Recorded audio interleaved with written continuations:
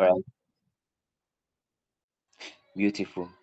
All right, so last class we're supposed to start working on a project, right?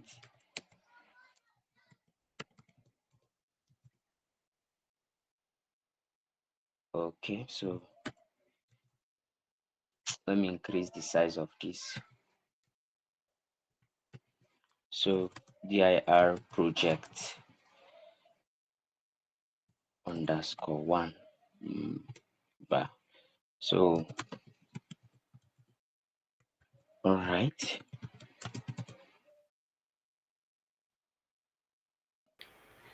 Sir, please, I don't know if it's possible for you. Okay.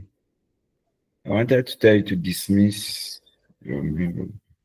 Okay, to dismiss. It's cool now, it's okay. Okay, all right.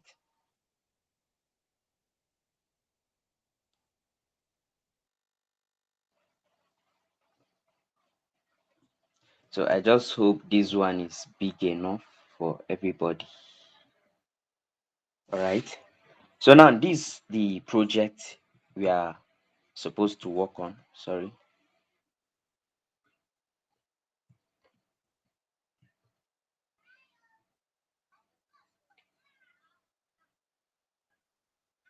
All right. So this is the project we are supposed to work on, right? So it simply means we just need to create a page like this. So the first thing we need is our HTML file, right? Index.html. Then also we need our style.css. So finally our we can call it script. I think last time we call it app, right? So we can still call it script.js. So for our HTML, we have this. So of course, document. The name of the app we say is simple counter application or simply app. Yeah, short form of it. All right. So I'm going to add our style. So link, that's that of the CSS, and then style.css. So we have it linked already. And then here we'll come and add our JavaScript. So script, we'll just, so we'll pick the one with source src, and the src is our JavaScript file. All right. So I think last time I said there's also a way we can add it to the head tag, right? Now, if you want to add this your script to the head tag instead of the body, now this is what you will do, or this is what you should do. Now, in this your header, right? What you will do is that you are going to add, it's still going to be your script, all right, with source. But then this time around, you are adding a, they call it defer, right? I think yes. I think it should be defer. Me. Yes, it's the fact. And even a module can also do that. Okay, a module can do that, right? Yes, module can do that also. Okay. So that's type module. Module, yes. Okay. But I prefer use the fact if you're working with a one JavaScript file. Okay. Okay. So is it type defer? Abi, what's even the name? I've forgotten. Where is the file? The file. Just type the file. Okay, just defer, right? The module is where you are working with basic code to. No. Just the file. DEFER. Yes, like that. Okay, like that. Is all right. All right. So now, obviously, looking at what we have here, so who can tell us? Of course, we have background first. So this background, CSS style.css can handle it. So what should we do first? Please, let's be fast because you know the our target is not the HTML and CSS. Our main Okay. target is the What you JavaScript. now do is you already have the body. If you want to create a container, you can create a container, but we don't need it. We just need a div. So Okay. create a div. So are we creating a div container? Yeah. So Okay. inside the div, now Okay. create either it's one or a paragraph, or you can use it one for the number side of it. Okay. Okay. Then beside the button, now create another container div. The three Okay. buttons or can just create a button and with three span, but I think the container div with three Yeah. buttons kind of okay for screen for keyboard navigation. Okay. So you mean something like this, right? Yeah, something like that. Okay. So I think that's the major thing here. The value, which is this zero here, the decrease, which is this one here, the reset, which is this one here, and also the increase, which is this button here. So now let's go to the CSS. Now the CSS, what's the first thing we are targeting?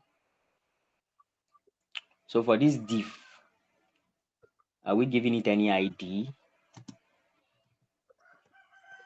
Which ID should we give it? Let's say container, right? Yes, I think we do. Okay. So which one again? Which one again? Okay, here we have ID value. Here we have class btn decrease, btn reset, and because all of them are button actually. So what again? This div, are we giving it anything? Oh, just leave it.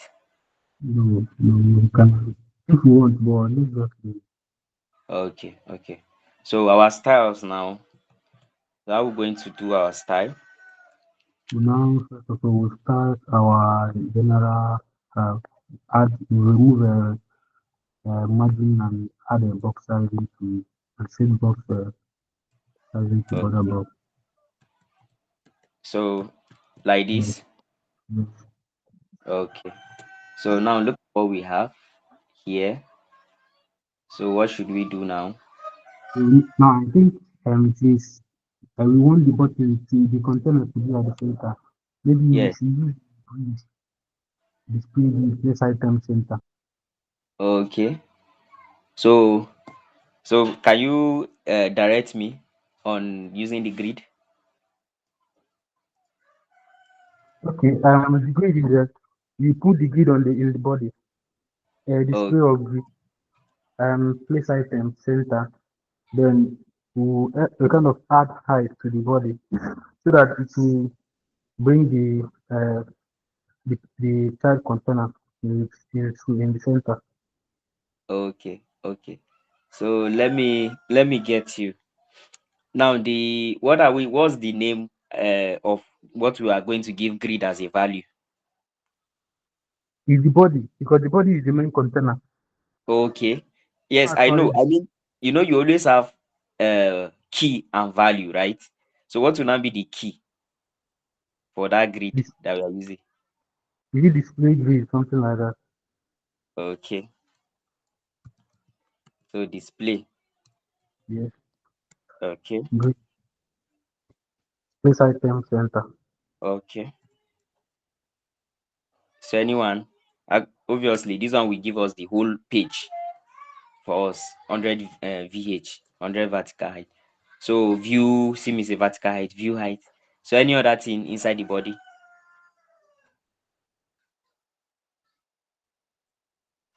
That. Oh, are you trying to talk?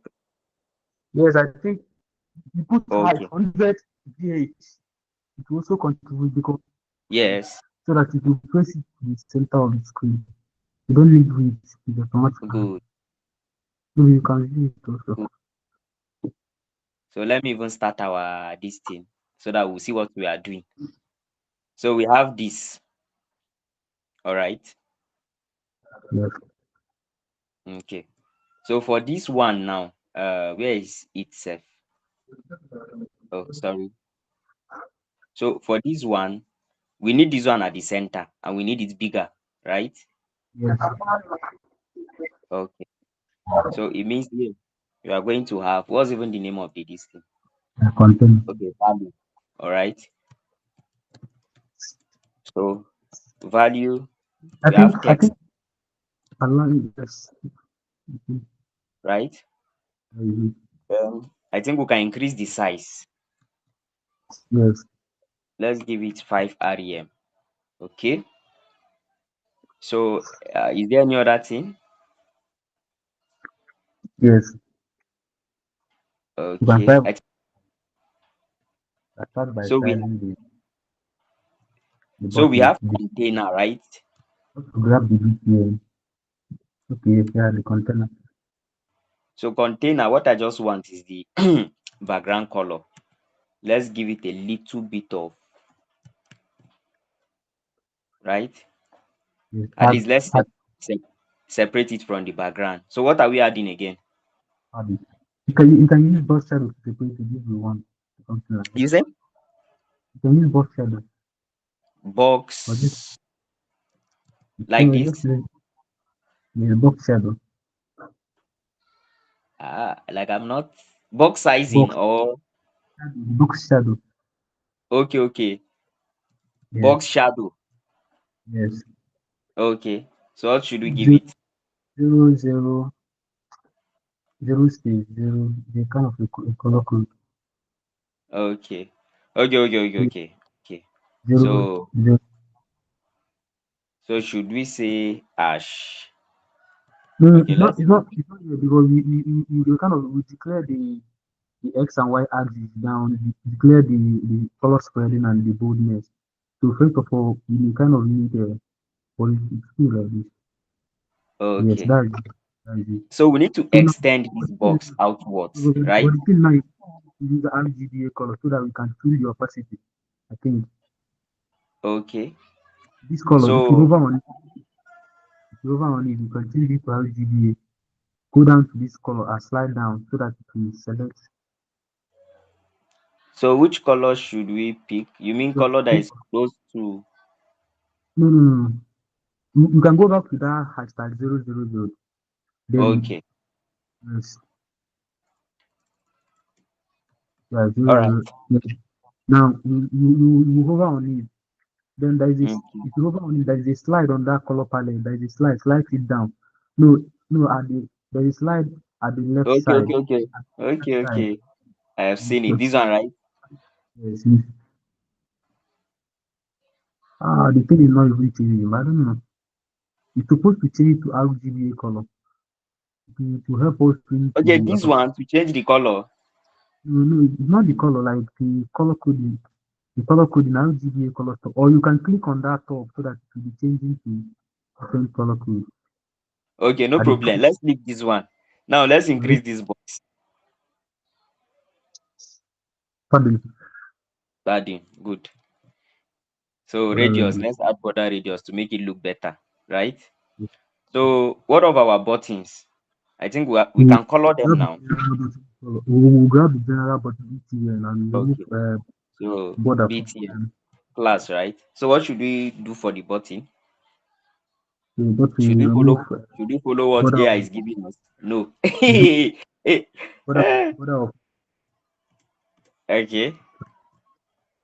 Uh, okay, use border up. border no That's border border up, right? no just border Okay. with Okay. So none we use the shortcut. none yes Okay. yes So what should we so do border? huh Border is we what? Is use going to be none none. Okay. yes Okay.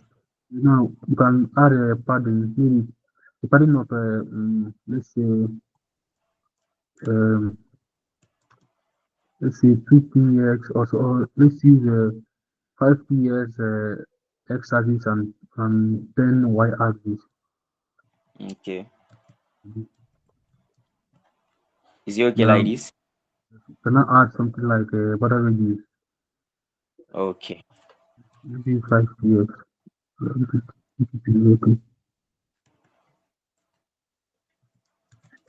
Okay. Okay. You can now add individual color. I think Color. the Okay. yes, body BTN red, BTN decrease, BTN reset, and BTN increase. I think you have the class. Yes. So decrease. We are giving it a color of red, right? See what we do. I think the color, all of them has a color of white. So instead of repeating ourselves, we add the color to the parent to the general class selector. Okay. And you know why I'm doing it, picking them individually is because of if you look at what we are supposed to have one, two, three different colors. All of them are not. They are not. Yes, no, they are not white. Yeah. Okay. So decreases, then reset. This one, I will give it a little bit of hash. Okay, then I'll change this one to black. That's the color. Then finally increase, right? No, I want a thicker blue, a more darker blue. I think this should work. So any objection?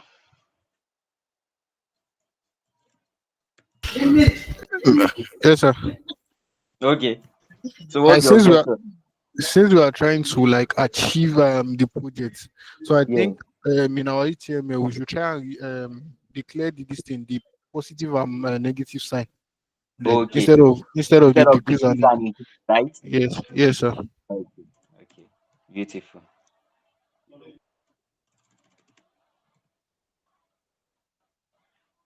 So is this okay by you? You can increase the size. Okay, we can increase the The size, size. yeah, Okay, yes, sir. is it size of the buttons or size of everything? No, the size of the button. So Okay, maybe we, all the buttons You or individual buttons? will adding and the minus size. Okay, The result is really okay. little. So is it the width we are adding or just the general? No, individually, the minus and the plus. Let's say the Okay, size. Add like two and you should have it okay. complete. So which size should we give it? Font size, not font size. Okay, The okay. hierarchy.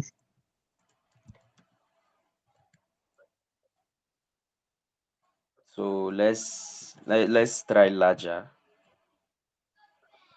Mm. Let's do something like two rem, something Let's use two rem. two. Okay, two rem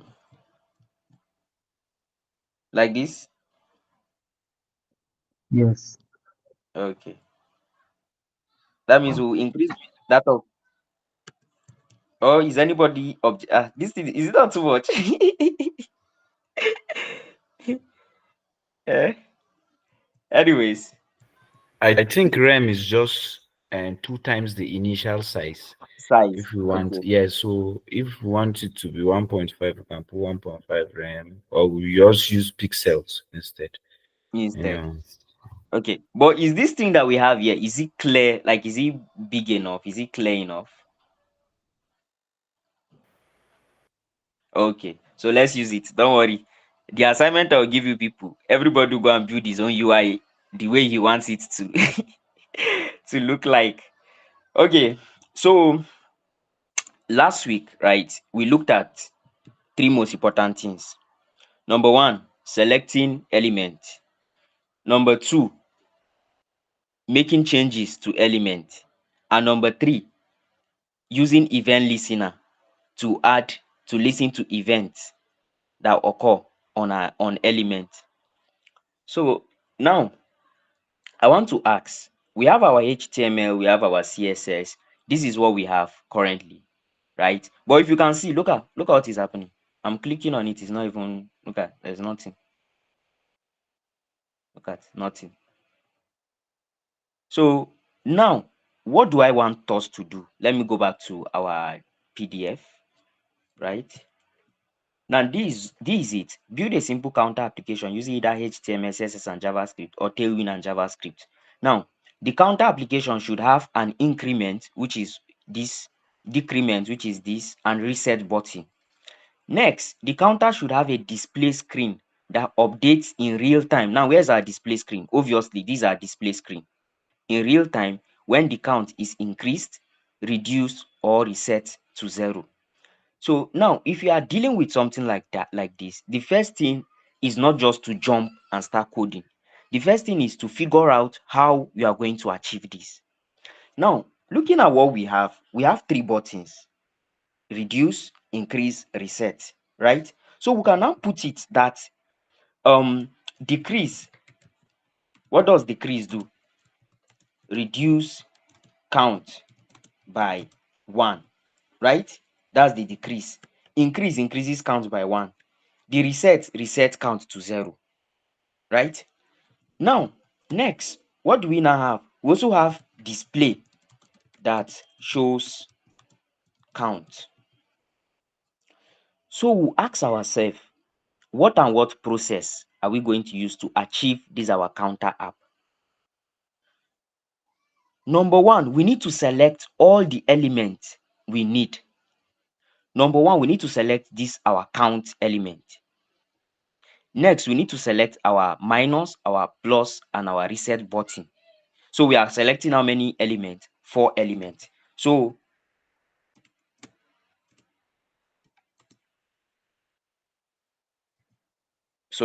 one, select all the elements. That's add, subtract, reset, and value, right? And where are we selecting it, or what are we using to select it?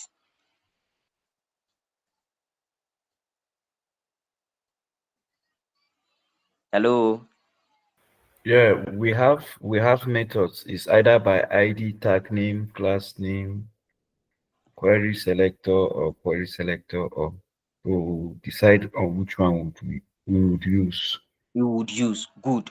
So let's say we are going with query selector, right? I can now say using query selector. Now, that's the first step. We'll select all our elements using query selector. Now, after selecting our element, what do we need to do? Now, looking at how our application works, if I come, I press minus, this one is supposed to decrease by 1. If I come here, I press plus, this one is supposed to increase by 1. If I come here, I press reset, this one is supposed to go back to 0. So which of the buttons should we start with? Should we start with the reduce button, the subtract button, the add button, or the reset button? So which button should we start with?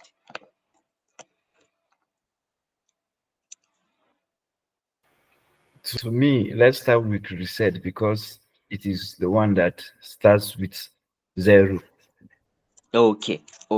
So now it means 2. We'll do what? Add event listener to what? To 0. See me say to 0. Yes, to 0, to reset button, right? Now, how are we going to add this event listener?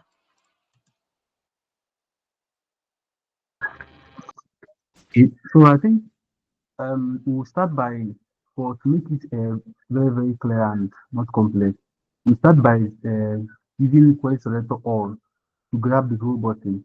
And then Okay, inside the function, we'll now use if else to check their inner HTML or text contents and add event listener on them in them.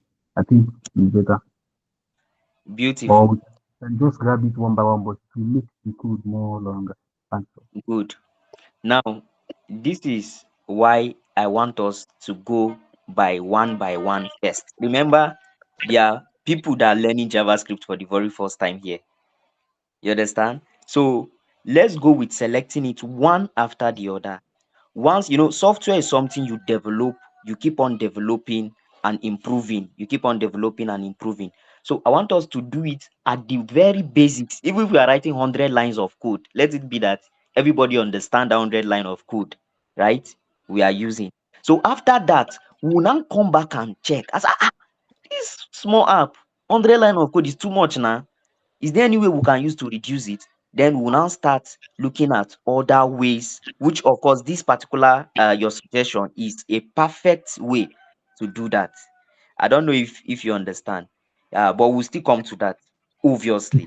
Yeah, we'll still come to that. I love that. Yeah, but let's start gradually for the sake of others. You understand? Yes, sir. I think that's just the best. Start gradually, please. Oh. Exactly. Exactly. I understand. Yeah. So now, of course, add event listener. In fact, the method is add event listener now. So if we add event listener now this thing we are doing right here is what is called whiteboarding. is what is called whiteboarding. That's where you use English to write your solution before actually coding it. So it's something that if you can learn, it's going to help you a lot in your programming journey. All right. So the event listener that we are adding, what are we listening to? We are listening to what? We are listening to a click. All right. Because what we want is that when we click the button, that's when it should trigger. So now let's start with these ones first before we now come back and start adding other things. But let's start with what we have here first. So first, what do we say? We select all the elements. All right. Let me. So we select all the elements. So the first element we'll select is what? Const. Now, who can tell me why am I using const to select my element? Why am I not using let? Because the constant value will not change it in the Exactly. Because our elements will always remain our elements. Well, in this case, we are not planning to change the element. So, of course. So now, Yes, sir. okay. So Yeah, in the now, case whereby we use let, yes, like will the output still be the same thing? yes, it will. Okay, sir. Okay. Yes. The only problem is not really a problem, but if you are using let, let's say somebody let's say you onboard a new developer in your team, and then that element is not supposed to be changed and use let. If the person mistakenly go and change it, you people like it is going to change, and it will the ripple effect, you see it on your code, right? But if it's const, once anybody is coming to change it, right, to change that particular variable, it always throw an error. It's not allow the person. uh Okay, sir. Thank you. you're welcome. All right. So we say we are carrying our reset, right? So reset lm. So just like I said, always make sure your variable names are descriptive. You understand? So of course, lm is the short form of element. You can also use element in full, but then it's not really necessary. This is something So like button. The third button of the third BPL. I think it will okay, go. good. We can even use btn, right? So reset btn. That's reset button. Thank you for that. So reset button now, what are we going to do? Document.querySelector. Hmm? Document.querySelector. Document query selector. So why must we use document? Like, why can't I just come and say query selector? Why must I use document? You are trying to manipulate the DOM. Okay, beautiful. So document dot query selector, and then remember, query selector works with your selectors. That's your css selectors. So now for the button, I think it has a class called what? Reset. So we are going to select it based on this class. Remember, we are not selecting it based on btn class. Why? Because all of them have a common class called btn.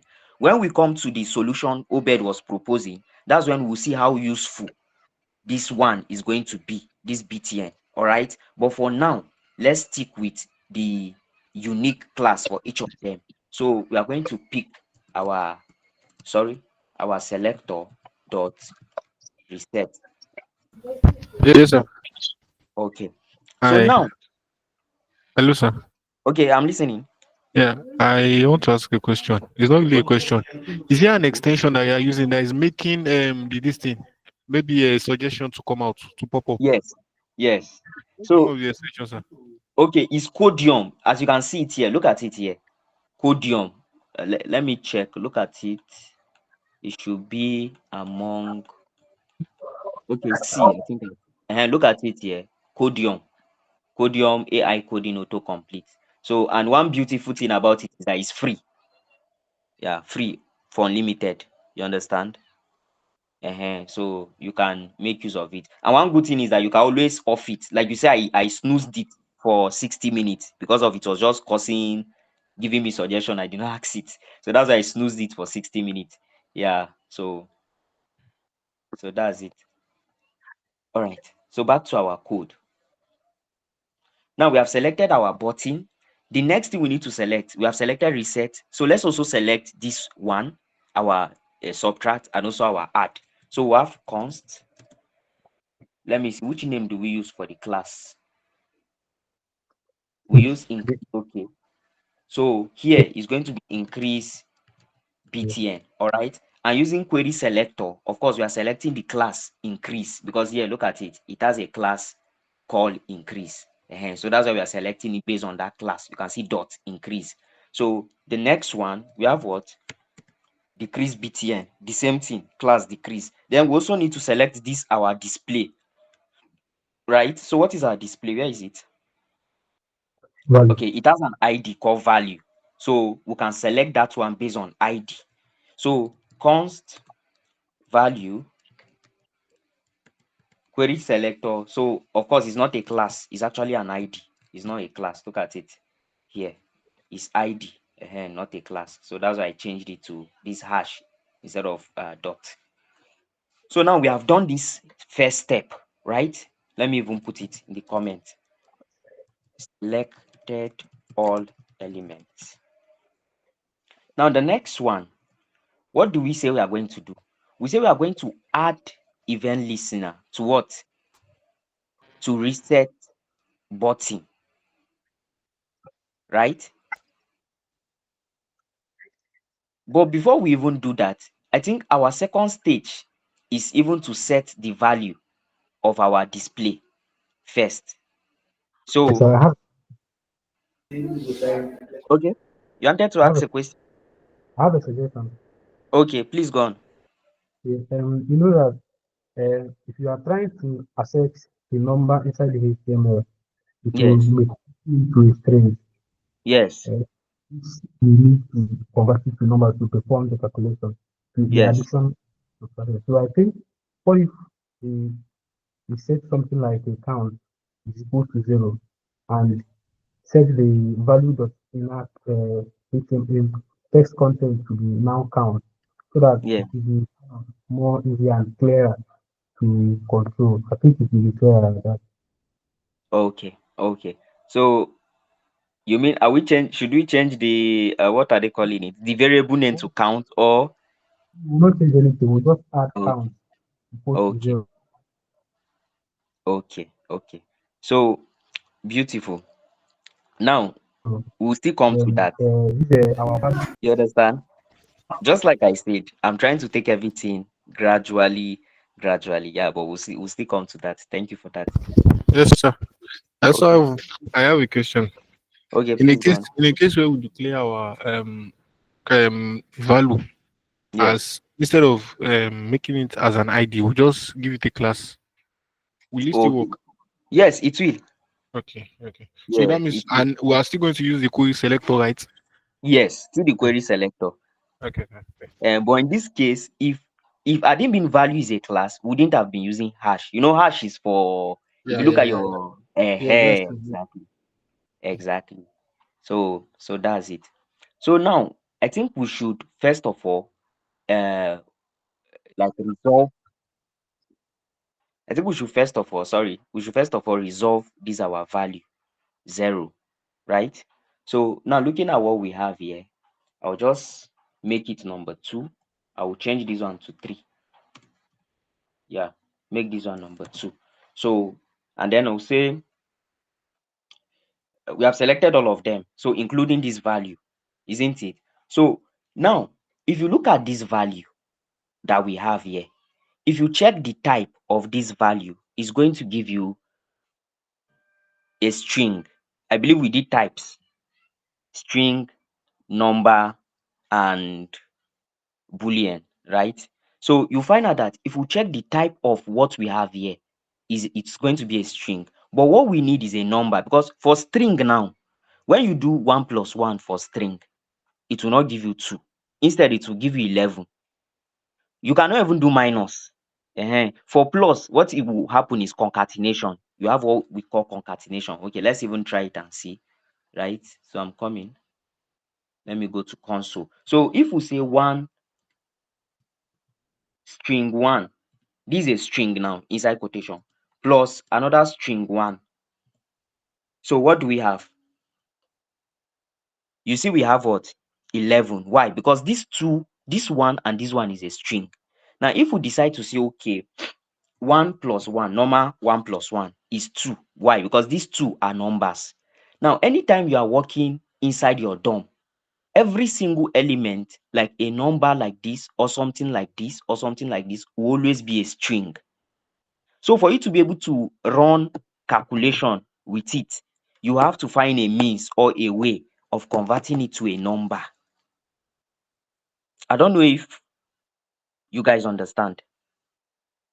So if we come here, let's look at a sample, right? You can always run your JavaScript directly on your console, your browser, all right? So let's say we have, now if we say type of 1, of course, is a number, right? So there's a way to convert to number, to convert a string to number. So who knows how to convert a string to a number? So everybody is quiet. Let's try this. Yeah. Number API, number. Okay, number. So let's say x now is equal to what? Let's give it a variable 1, isn't it? So let's now check type of x, because we say x is string 1. So you see it's giving us string. So let's see if we can convert value of x. So let x now be equal to number. So somebody say we'll use number. So number x. Now let's check type of x. So did it work or not?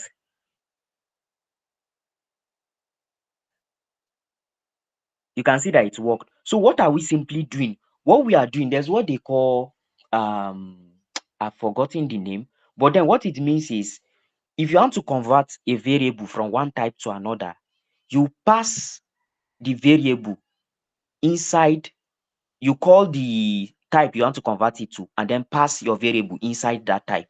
It's going to convert it. But there's a caveat to it. What is the caveat? Anything that can be converted to a number, if you do it this way, it's going to return an error.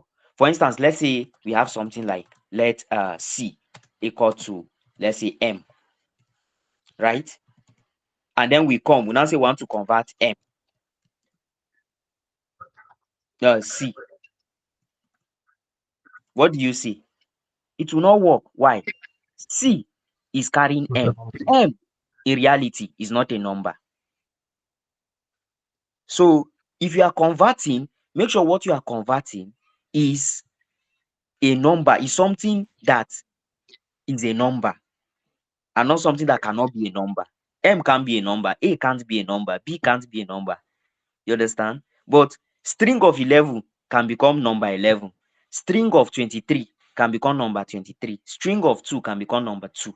So I don't know, are you guys getting it? All right. So now where's our number 2? All right. Now we'll take the value, right, of the count and convert to a number. So in fact, let's even check the value, like this our value here. Let's check what is the state of this our value, so that you know the reason why we have to convert it to a number. So now this is where we select our value, right? This is it. Now let's console.log, of course, value dot. Now I want to get the number that this our value is carrying. How can I get it? Text content. Yes, Use text content. good. So text content. All right. Now let's check our console. Now, what do you see here? You see 0, right? Now let's now check type of.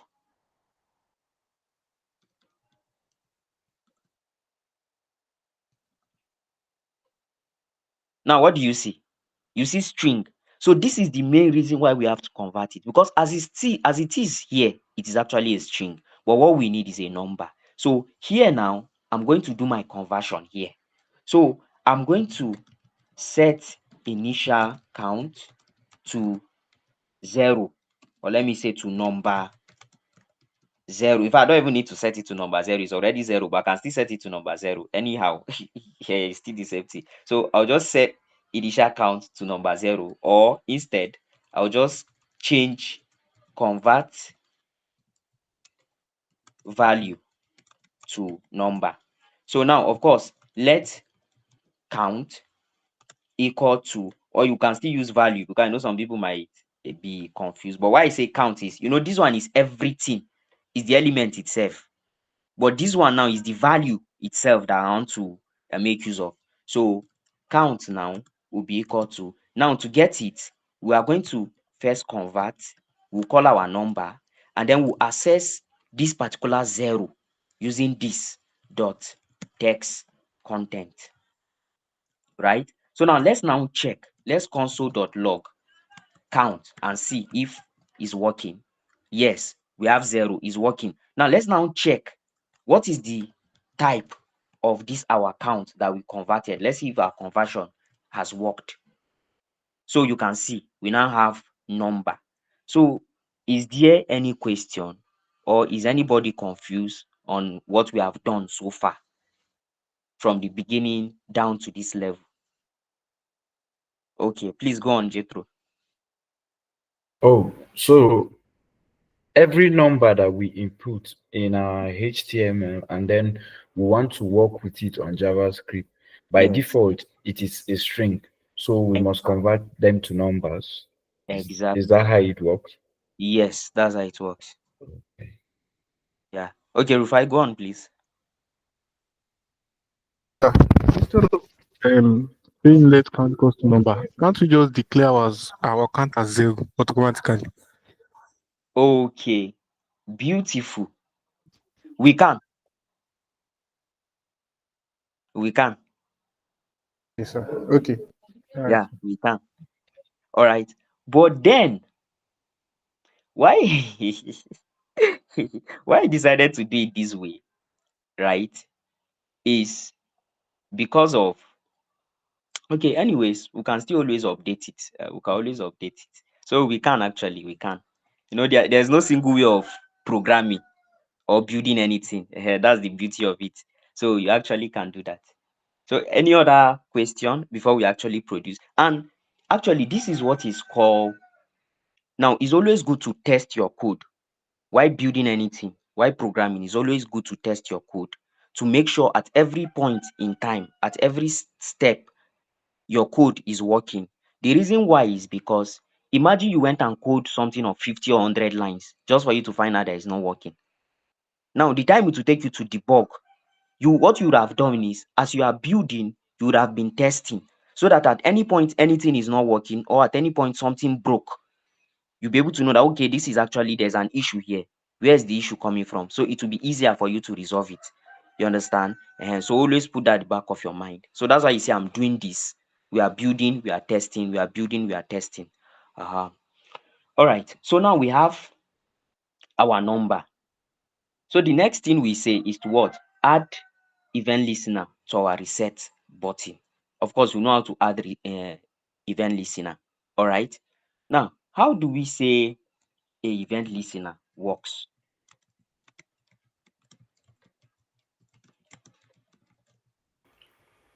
Okay, it has an event, then Okay. it has a function, Beautiful. then something capture, but you said that one is not necessary for now. Necessary. Yeah. Exactly. Exactly. So now, if you remember what we did last week, right? How I structured the whole thing last week. What majority of the time, what we normally do is that we go outside of the add event listener method and we declare the function outside of it. And then what we just come and do in the add event listener is to call the function.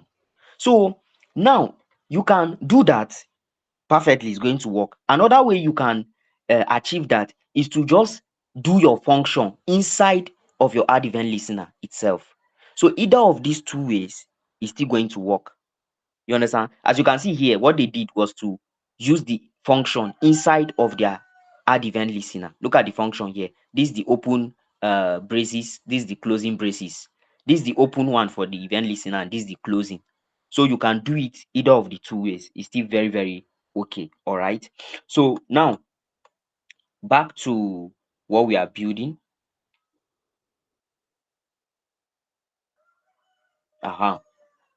Now that's what we are going to do here. So first of all, what is our element for reset button? This is the name of our element for reset button, reset btn. So we'll bring it in, because remember, you always add your event listener on the element. So we have reset btn dot. Now we'll now add our event listener. Add event listener. Now this event listener, what are we looking out for? Of course, we are looking out for click. One, so that when we click on it, it's going to respond. That's what we are looking out for. So click. Now we say the first variable will be the kind of event. That's the first argument. And then the second argument is going to be the function. So just like I said, you can declare the function outside and then come here and call it here, or you just do the function, everything inside here. So now I'm going to have function, right? I'm going to do mine inside. Now, what do we say the reset button should do? We said it should always take the count to what? To 0, right? That's what we say. But before then, remember what I told you about building and testing. Let's even test. Is this event listener working? Now, how can we test? We can simply say console.log na reset. I dey work. Oh. So now, if what we have done, what we have done here, if it's actually working, if it's responding to click, it means anytime we click on this button in our console, this is our console. In our console, it's supposed to show this particular now reset at the work. So let's now check. Now this is what reset. Let me click on it. Now I'm going to click on it. Now is it working?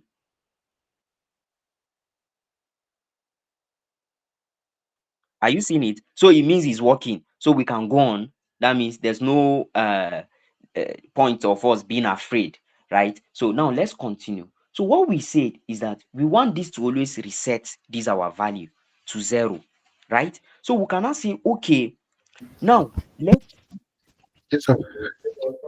okay. Yeah, as this thing, like I said at the work, as the thing showed in the console, that means Yes. it will automatically show in this thing to the app if you press the No. reset or something.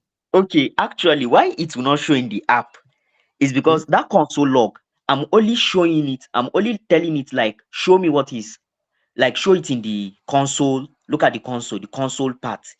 If you check, I'm not updating my HTML. The only Okay. way it's going to show here, you understand, is when I am updating my HTML. Do you get? Yes, but I thought we can actually change something using this thing, because what I understand about the DOM is that you can actually change some variables. I mean, some this thing, yeah, variables in using DOM without Okay. touching the HTML. Yes, yes. You can without actually event listener though. Without event listener, without DOM, you can't change anything on the HTML. You understand? Without your Okay. DOM, yes, you can't. Okay. But I don't know if you get it. Yes, I get. Uh-huh. So let's continue. Where is this one? Oh, sorry. Okay, so back to this. So now we can now say, okay, this one, right? Let our count be now equal to 0. But setting count here as 0, I'm just setting it as 0 here. You understand? I'm just setting it as 0 here. I'm setting this one as 0. I've now actually updated this one. So let's say, for instance, what we have here, let me change the value in my HTML. Let me say what we have here is, let's say 10, right? Now, even if I come here, already what we have here is 0, because what I've set it here, I've set it to be 0. Now, how do we know that it's 0? From here, we are console login type of count. Now, let's console log count itself. So if we console log count, look at it. Okay, wait, sorry. It will show us 10. Actually, it will show us 10. Where is it?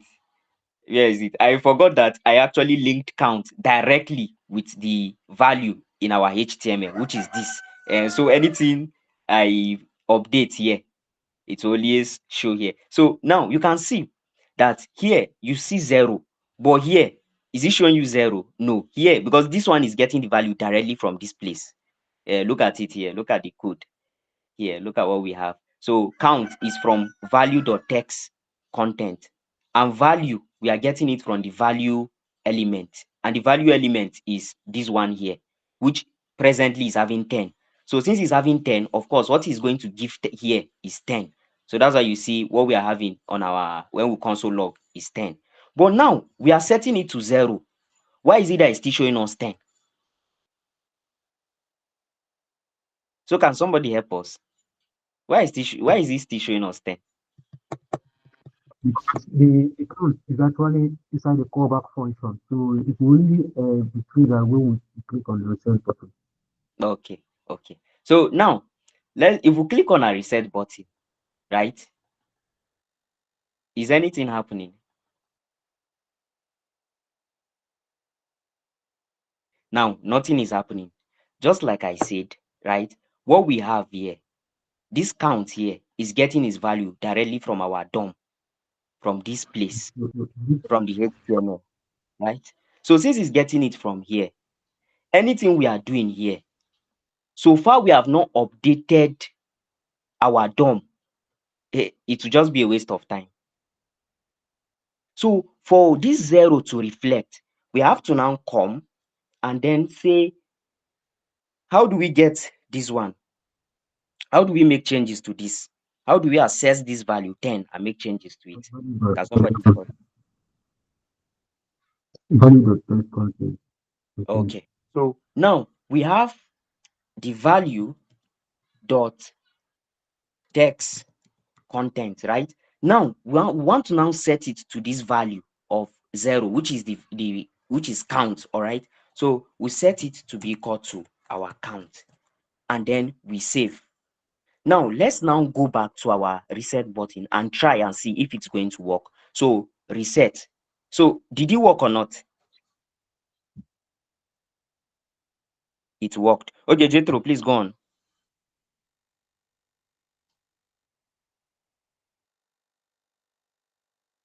Jethro. No. I'm not asking a question. Yeah. Okay. I was thinking you're raising up your hand. So do we get the whole thing that is happening here? What is actually happening? All right. So that's for reset. Now, after reset, now you see one beauty of programming. If you can just get a solution for one, you can replicate it for the others. The only thing will now be based on how the others are supposed to function. That will now determine what you are supposed to do and all of that. So the same thing we did here is virtually the same thing we are going to do for both the decrease and the increase button. So let's go on. Now we are done for what are they calling it? Reset. We are done for reset. Now if we come here and then we save 10, but by the time we come and press our reset, it will take it back to 0. Even if we come here and let's use a negative value, let's say minus 50, right? And we save, we have minus 50, but once we come here and we press our reset, it will go back to 0. So it means our whole this thing is working.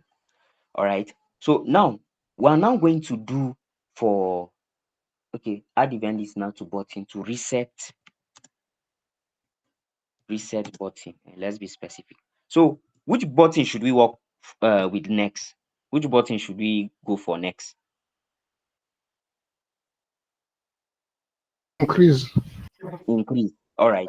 So is it as if they didn't even hear your voice? So so add event listener to increase button. All right. So of course, where is the increase button here? This is the increase button selector. We have selected the increase button here already, and the variable is what? Increase button. So now we are going to now have increase button dot add. Now we are adding an event listener. And remember, the event listener we are adding is what? Is a click. Right? And then since we have added it, the next thing we need to add is our function. That's once we click on it, what should it do? So function. So let me now ask. Of course, increase is supposed to add, isn't it? So it depends on how you want to go about it. Whether you want to remember we did count plus plus, that's adding one. We also say count plus plus is the same thing as saying count. Okay, we have count plus plus, and we say count plus plus is still the same thing by saying count plus equal to 1. And we say count plus equal to 1 is still the same thing by saying count equal to count plus 1. So it just depends on what you want to do. Anyone you use, it's going to work fine. So which one should we use? Are we using count plus plus? Should we use count plus equal to 1? Or should we use count equal to count plus 1? So which one should we use? Let's use the count plus plus. Okay, let's. So count plus plus. Now, if we do this, what is going to happen is that it will come here. Remember, this count is getting its value directly from here. So whichsoever value that is here, that is what this one is going to carry. And then, we are converting it to number. So it will carry it in form of a number. And then here, we are now picking this variable here. And then we are adding 1. This plus plus, now we are adding 1 to it. Right? Now, is it going to work? Like, if we press the add button now, are we going to see any changes here? Will there be any changes here if we press the button? Normally, there should be changes. So anybody else? Nothing. Okay.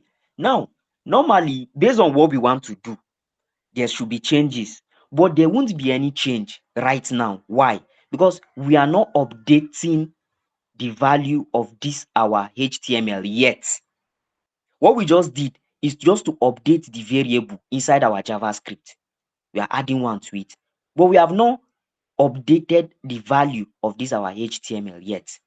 So now that's the next step we are going to do. To update the value is no different from this one. It's the same thing with this. So it's for us to go ahead. Okay. Any question? No.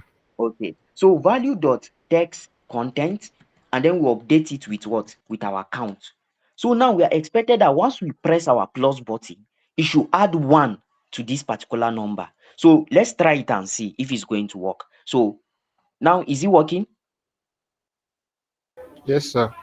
Beautiful. I know people that are not into mathematics too much, they might not know. So I'll just come back here, come back to our HTML and change it back to 0. So now it's 0. So let's now try. So is it working? Yes, Now, sir. okay. So now let's reset it. Did reset to work? Yes, sir. It's working. Beautiful. So now you people will be the one to tell me what to do, because the next thing now is to add our decrement button. So you people will be the one to do this one for me. So I'm just going to add the comment, add event listener to decrease button. So what should I do first? Like, I need, for every step I'll be asking, and I need different people to talk. Is only Jethro, Obed, and Rufai that is to talk? Fatima, Shuru, Eliaza, Shuru, Ruben, Shuru, Noah, Shuru, Ahmed, Shuru, David too. He's just quiet. So please, I don't want my class to be quiet. I want everybody to be contributing. So for now, Jethro, Obed, and Rufai, I don't want to hear your voice. So the rest of you, I need response now. So what should we do first? We want to add event listener to our decrease button. Okay, sorry. Elias, I'm sorry. So Elias is a sub mentor. I'm sorry for that. So David and the rest, please, I'm waiting. If we did not finish this thing today, you people should hold David, Fatima, and the rest. So they are the ones that are delaying us now. If not, now our app will sharp sharp. Taibat. Call Okay, Taibat. She's on the call. it's true. Taibat, she went and hide. Even goodness. Ha! Please, oh, you people should be fast. Sharp, sharp, sharp, sharp. Let's finish this thing.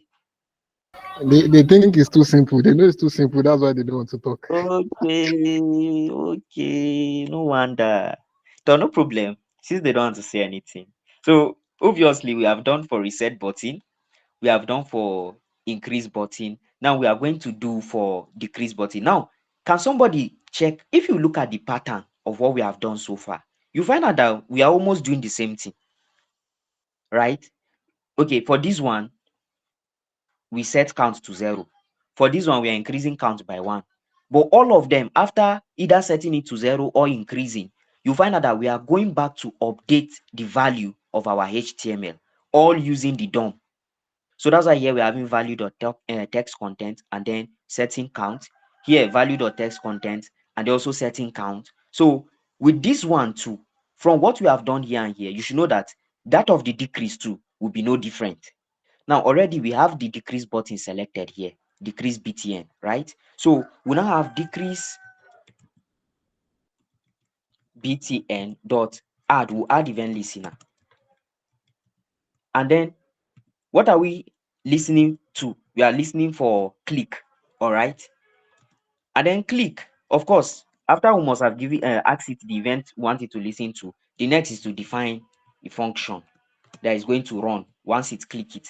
Now, of course, just like addition too, to subtract, either you use your count minus minus, you use your count minus equal to 1, or you use your count equal to count minus 1. So which one should we use among them? So anybody can speak at this point. Okay. Count minus. Minus, beautiful. So now we have count minus minus. Now that we have this, if I click on this button, are we going to see any changes here? As what, like based on what we have here, are we going to see any changes here? No. Okay, Because why? of Why? the value and text content, we've not identified this thing as we Beautiful, did earlier. Sir, beautiful. please, I need clarification on this. Okay, This value dot test content equals to count. Now, yeah, is that the modification we are doing to it for it to be effective? Because we would have to select add event listener and then modify. So yeah, is that the modification process that we are doing after we call the count? exactly. Now this is the modification process we are doing to our HTML. You understand? Now, if you look at what is this our value, let's trace it. Now, this is our value. Where is it? This is our value here. And where are we getting our value from? From the DOM. We are using the DOM, right? Document. Look at it. But now we are getting it from our HTML because look at it. ID of value, which is the H1. So we're actually getting it from our HTML.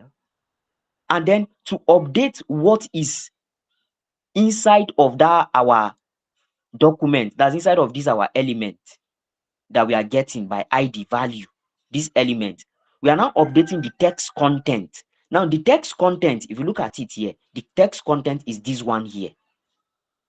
So for everything, after you must have made your changes and everything, for you to be able to see the changes appear in real time in this your HTML that we just built, this our web app, right here, we have to target the value here itself. And to target its value, that's where this text content is coming from. This value is the element itself, is this whole element here. That's what this value is. Where is it? This value here. Look at it. We have selected as an element. Now to now get the main text of the element, which is this 0, that is why we are now using dix dot text content. So are you It's cool, okay? sir. Yeah. Thank you. Oh, okay. So now we'll now update it. Value dot what? Text content. Remember, inner HTML too, you'll be able to change it through inner HTML. But inner HTML, if you remember our last class where I was differentiating it, in fact, let's even use inner HTML here. We can still use inner HTML, it's still going to work. But just like I explained in our last class, inner HTML is when you want to add an additional tag to it. So that is where your inner HTML comes into play. Else, just make use of your text content. So even as it is like this, let's try it and see. So it means that if we press this our minus button, it's supposed to be reducing. So let's try and see. So did it work or not? Okay, beautiful. So, but just like I said, it's better to use the right tool for the right job. For the fact that nail can lose your socket should not mean if you want to lose your socket, you should always go and carry nail to lose it. It's best you use a screwdriver. Yeah, so let's use the best thing for the job. So now we have saved. So let's try our app. Now, if I tap on this button, it's supposed to increase the count, right? So is it working? If I press here, it's supposed to reset it and take it back to 0, right? If I press here, it's supposed to do what? Reduce the count, right? So who saw what happened?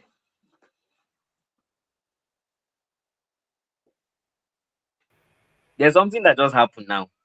I don't know who saw it. Something just happened now. And not so now you see that's the reason why I wanted us to be building the app in real life so that we always check for issues and see how we can fix them. Now look at something, just observe what is happening now in the app. I've pressed my reset and it's now 0, right? Now if I press minus, what are we expecting? The app is supposed to start counting from -1 because after 0, if you -1, you have -1, -2. But look at what is going to happen now. Now we're having 13. So why is our code like this?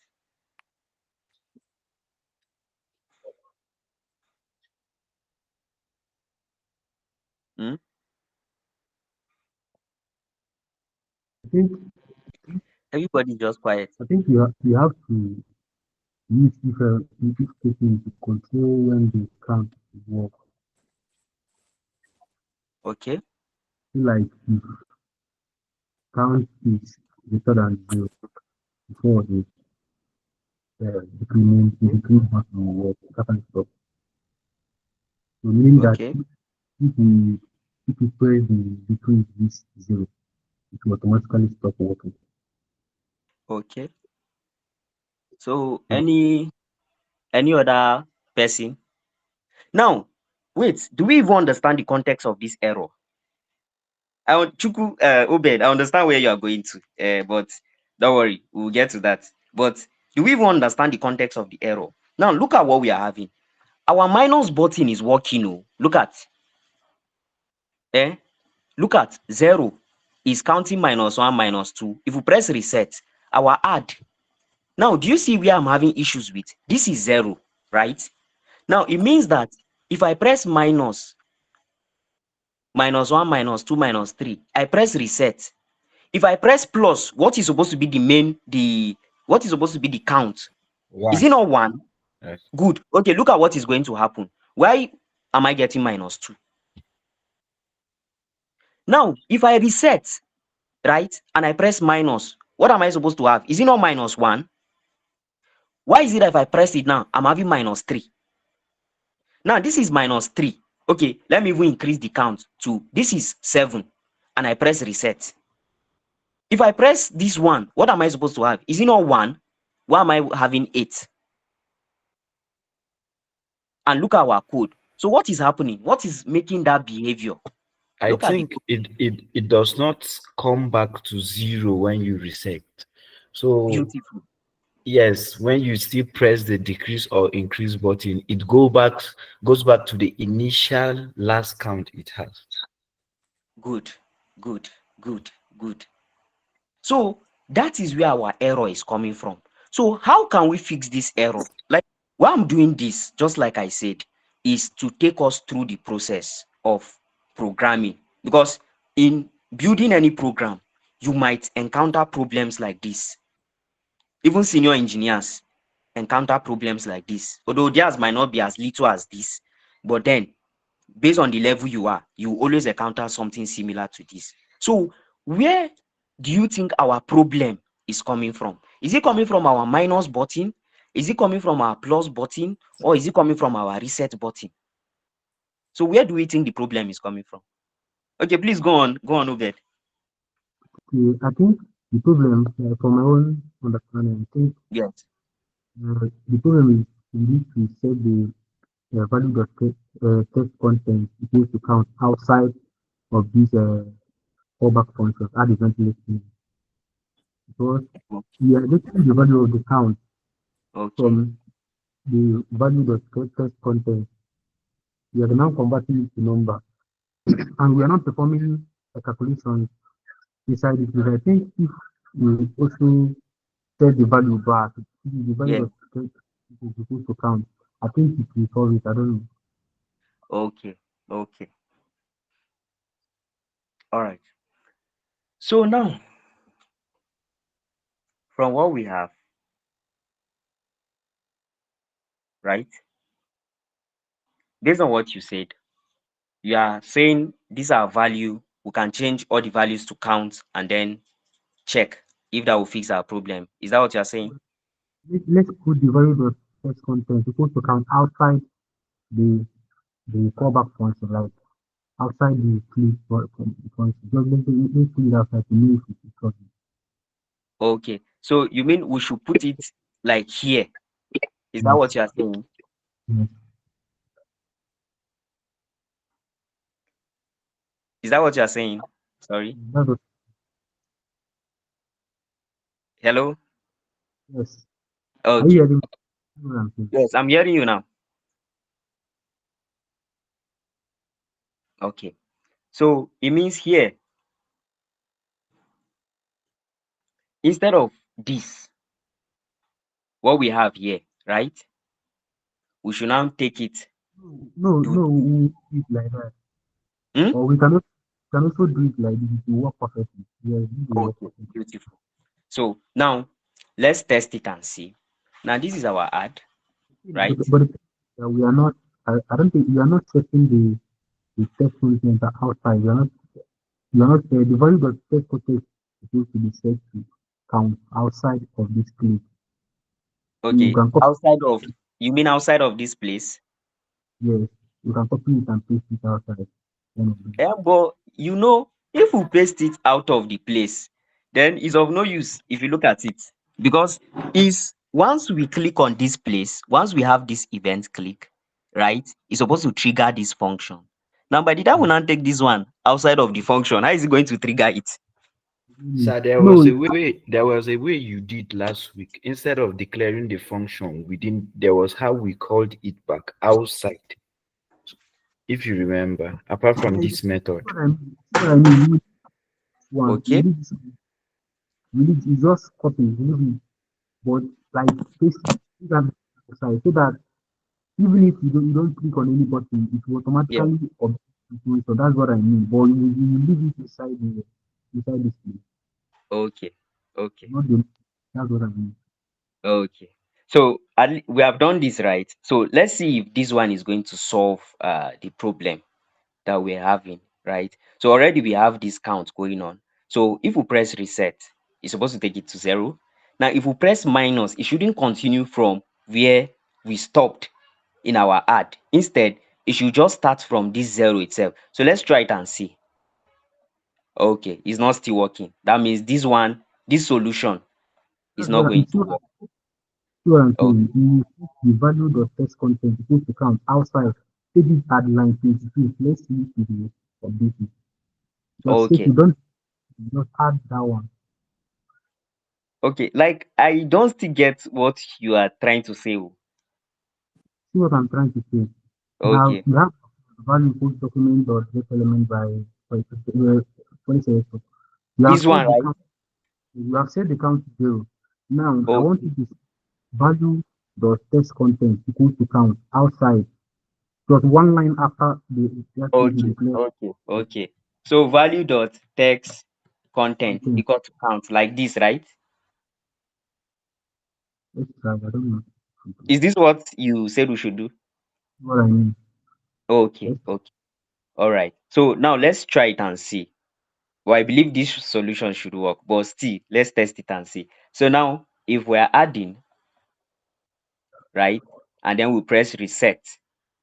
Now, if we're subtracting, see. you see that instead of it to start from zero, it's still starting. So add, subtract, normal, but reset and then add, it will continue.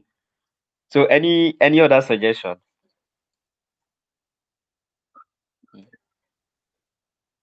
Okay, okay. Please go on, Fatima. Can't we change the value of count in the reset button to be constant? Okay. Does you mean this one? No, in the reset button. Okay, this one. Yes, that's see the thing is I think we are designing another list inside the set button. Okay. Like I don't. We are Okay, using instead list. of let it be No, constant. no, no, no, no. Constant count equals to 0. You see what I Okay. mean? Yeah, you don't need to be. No, we don't need to declare it as. Okay.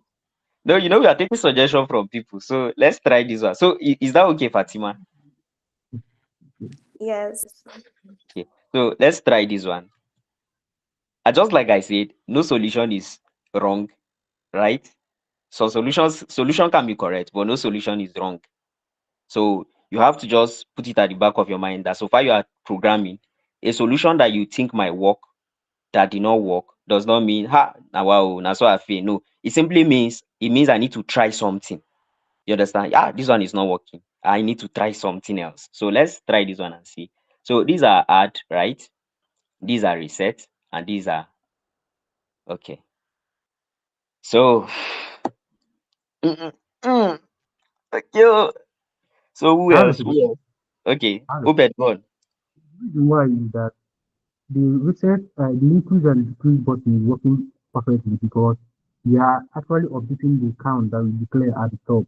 But Okay, inside the reset button, we are declaring a new count, which okay, is kind of we're using a const, which is a kind of a code-based function, variable declaration. So you don't need to declare anything. Let's just okay, no no.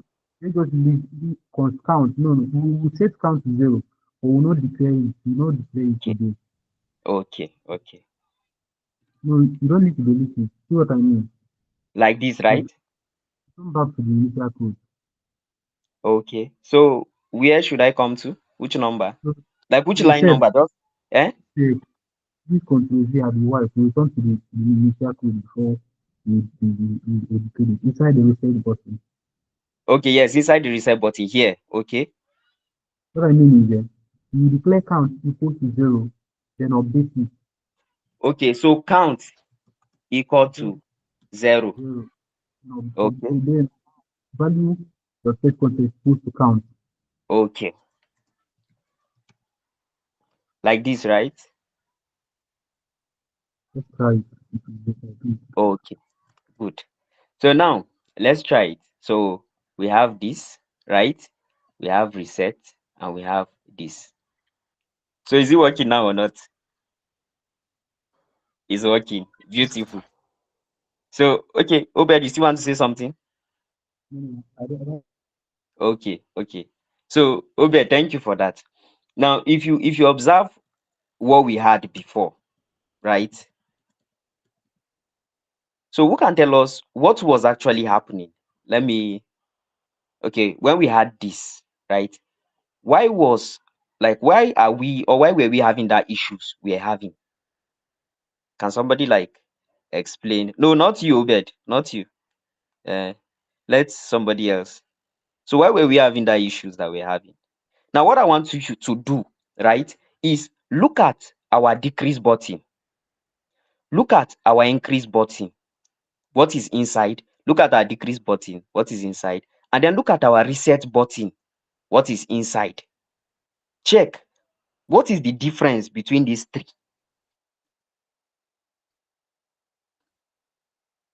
Programming deals with patterns.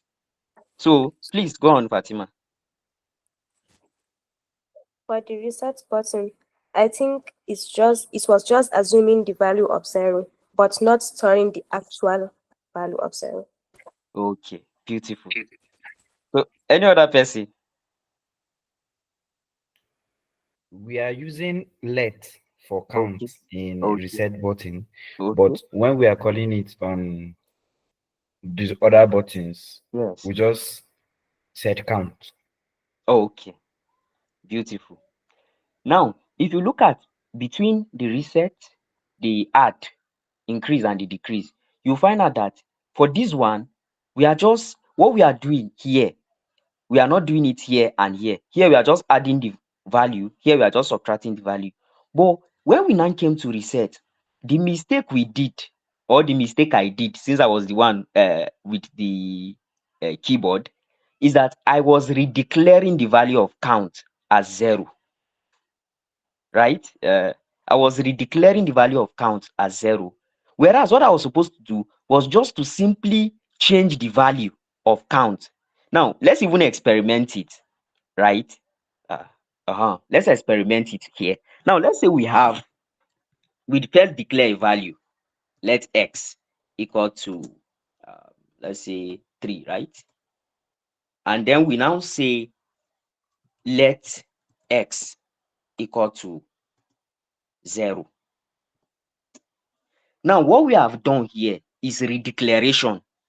We have not changed the value of x, the initial value of x. We have not changed it. What we are doing is to simply redeclare x as 0.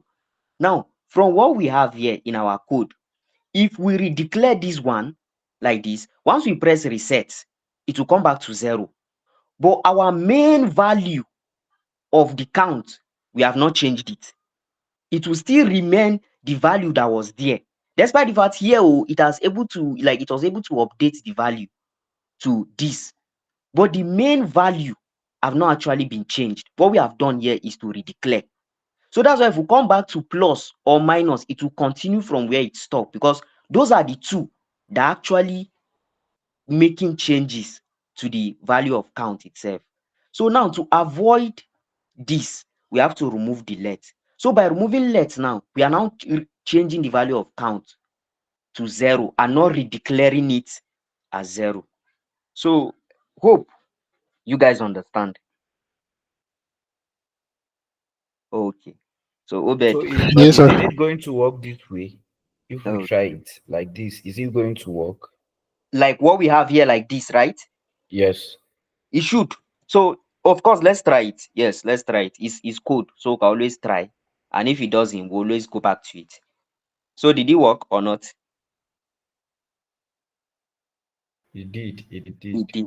You understand? So the problem self was not with this. But just like I said, it's code. That's why you see one thing about programming is, those kind, this small ABCD.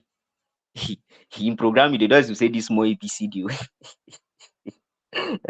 Although you can say this small ABCD if you are just declaring variable.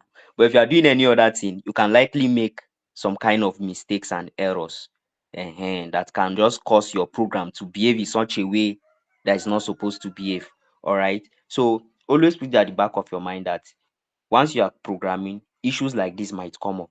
And then what you need to do is to identify it first. You could see how we're able to identify it. And then after identifying it, you look for how to solve it. So in solving it, you might need to try some couple of things before it works. So, Obed, thank you so much. How is this a physical class now? They would have clapped for you. Hmm? So is there any question? Okay, please go on, Rufai. Yes, sir. I actually had a network glitch while explaining how you resolve the problem the code has. Okay, I started from the distance. So can you please explain again? okay. Now, this is what I said. Formally, what we are having was let count. So if you look at this other two, we are just updating the value of count as it is, right? We already have a value of count here, which is coming directly from this our HTML. Do you get it? So, but here, when we come to this place, what we are doing is to redeclare the value of count. And this redeclaration of value of count we are having here is not having any effect to the value of count, to this value here we are having in our HTML. There's no like link between two of them. It's like these two are two separate things here. Just like what I did here when I did, okay, let x be equal to 3, right? And also, okay, let x now be equal to 5. Now, this x here and this x here, they are completely two different things. They are not the same. Now, I don't know how wish you guys did C programming or any low-level programming, right? Or Rust. You would have seen that where this x is going to be pointing at is different from where this x, more like the memory location of this x is different from the memory location of this x. They are not the same. Why? Because we are redeclaring it. But in a situation where we don't want to redeclare, right? He has even left the code, but no problem. Let me just explain. You can watch the video. So in a situation where we don't want to redeclare, right?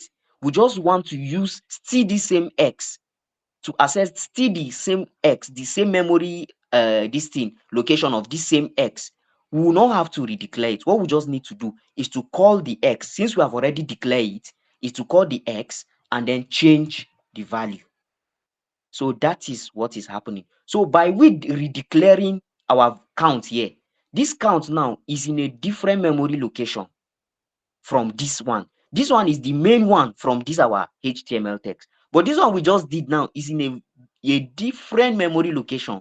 So despite the fact we are able to update it on the HTML as 0, in the memory location, count have not changed. So that's why if we now come and increase, we now say reset, what we have done here is to just change the value of text content to 0.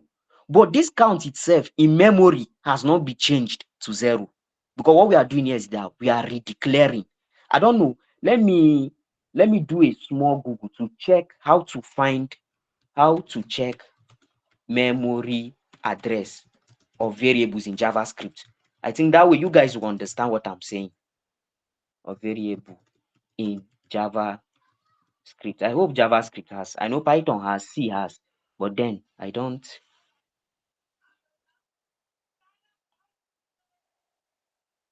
Eh? What kind of value be this? I know that JavaScript will always his own thing will always be different. Okay, kind of. Okay.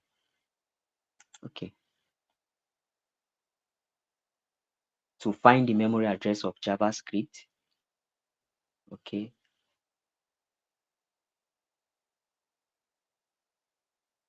Hide this from you. So you see the problem. JavaScript itself hide it from you. If it's Python now, Python will actually show you. You understand? So, but JavaScript just hide the whole stuff from you. It is well. I wish there's a way it shows us so that you would have seen what I was trying to say. So always put it at the back of your mind. Difference between making changes and redeclaration. If you have an existing variable and you want to make changes to it, you don't redeclare it. You just simply call the variable name and give it the value you want to update it with. The moment you redeclare it, you are not making changes to that original variable. What you are doing is that you are now making a new variable. So that was what was happening. But now by just redeclaring and making our changes, it means we are making the changes real time in this variable. So that's why now if we come, we find out that everything is working. So any question?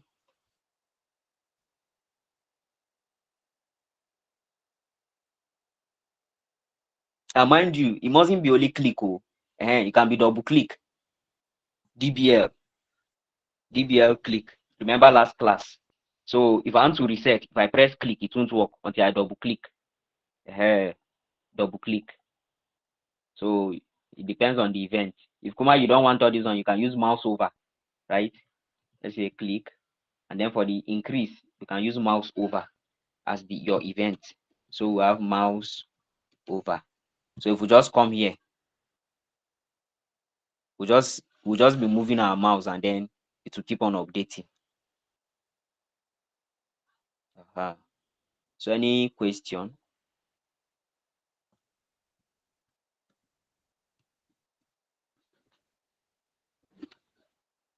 Are there any questions?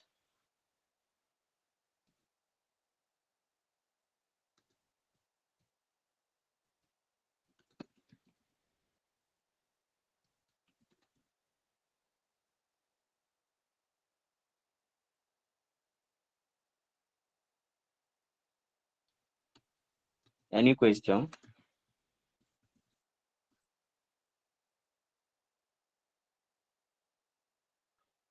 All right. So the link I sent last class, you can access this code in case you still want to go through it yourself. All right. So you can access this code from there. I've just pushed it to the same repository. All right. So any question?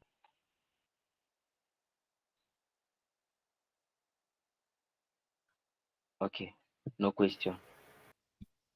Okay, somebody wanted to say something. Yeah, it's all fine. I want to ask because I'm still having that network glitch, but I'm just trying to like listen attentively to it. The thing is, as it is in the number is in 0 now. When you press that minus button, will it still Yes. continue to minus now? Yes, it will continue to minus because that's But actually how we design it to be. okay, what about the situation whereby if the number Yes. reaches 0 and Yes. when we press that minus, we want it to remain at that 0. We don't want it to go to -1, -2, -3 and all that. Beautiful. How can we achieve that? Beautiful. Now, do you remember your what are they calling it? Your if statement, your conditional statement. Yeah, yes, sir. Yes. Good. So we can now say, okay, we want this decrease, but we want it that once it's at 0, it shouldn't keep on decreasing. It means that's where that our conditional statement comes in. So we can now come here and say, let me just comment this out, right? So we'll now say if count, right, is greater than what? Is greater than 0. You can do it in different ways, depending on the logic you want to use. So what we want is that once our count is more than 0, we should be able to decrease it. So if count is greater than 0, that's from 1 upward, what should they do? Simply now reduce the count by 1, count minus minus, and then update the value of our text content by that count. So now if we come and we press minus, it's still working. Why? Okay, decrease. If count is greater than 0, count minus minus, and then value.text content equals to count. So reset is not supposed to. So why is it counting? Let's use not equals to. Okay, not equal to. Okay, so if count is not equal, okay.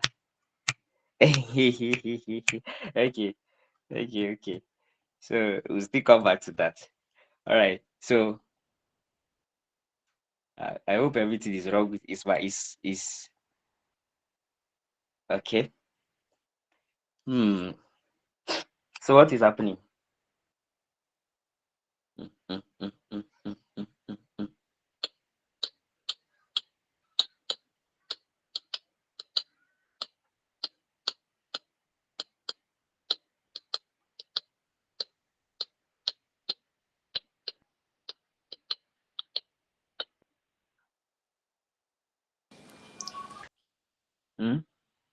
No, I think the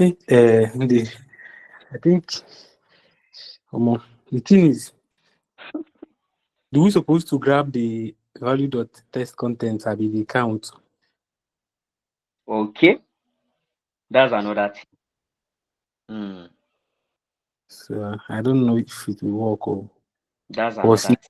we are getting So our account. Or it's supposed to work since we are getting our account from exactly from the value.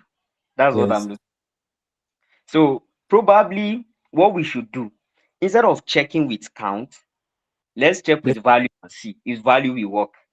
If there's Sir, any way value will work. I Abi, want. Hello, sir. Yes, sir. please go on.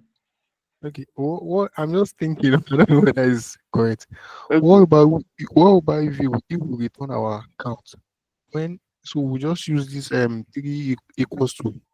whenever count is equals to 0. So we just return our value on the. I don't know whether you get me. Okay. Okay. Okay. Okay. So if count is like this, right? Yes, sir. So if count is like this, then it should we should have this, right? Yes, return. Yeah. Return, sorry. Okay, no, in this case we don't need to return since we're actually dealing with HTML document, you understand? So that's why I'm just updating it to 0, Okay, right?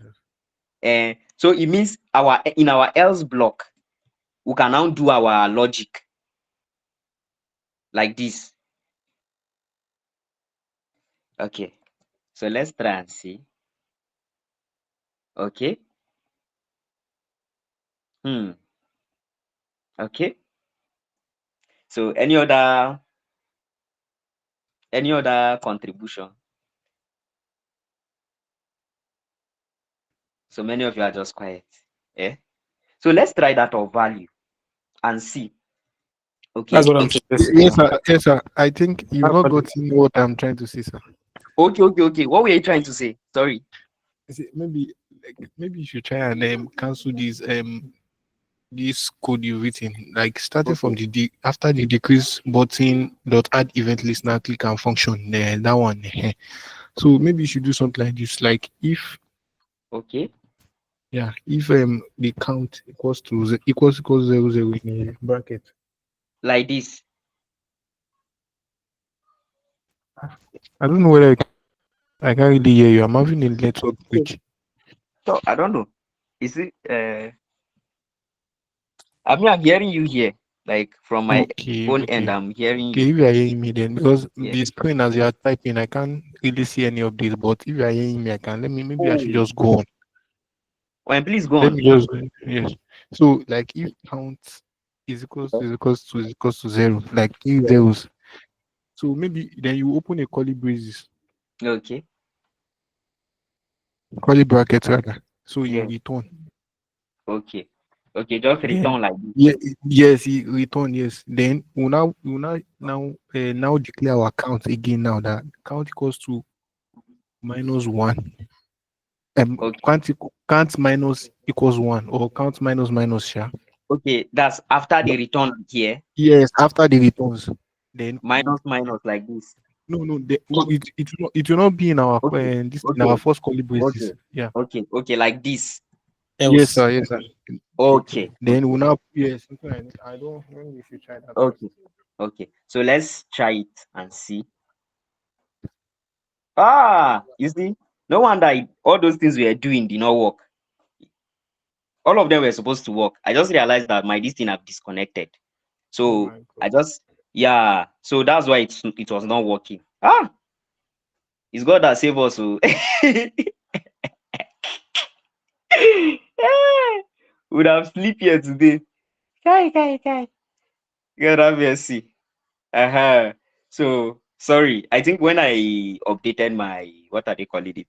That was sorry. I just decided to say let me try it and see. So let's try this one, obviously, right? So plus, yes, reset, minus. Rufai, thank you. It's a good one. I love that. Right. So okay, please go on, Fatima.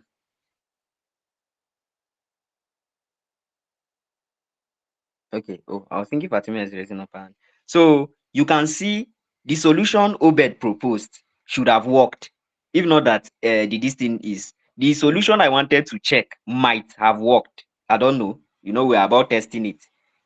So, and you can see the solution that Rufai gave is correct. So, and if you observe, you find out that the solutions are slightly different. So that's why I told you there's no one way of programming. You understand? And why I'm saying this is that I know you might likely make use of videos, try to learn with videos. What the person behind the video is doing is not the only way that particular thing can be achieved. You understand? So you can also use other methods, just like you can see Rufai, the method he gave was completely different from what we were even thinking or what we wanted to implement. But you can see it is actually working. Perfect. Look at it. It's not reducing. But by the time we add, once it's greater than 0, by the time we come, look at it's reducing. When it gets to 0, it stops. So any question?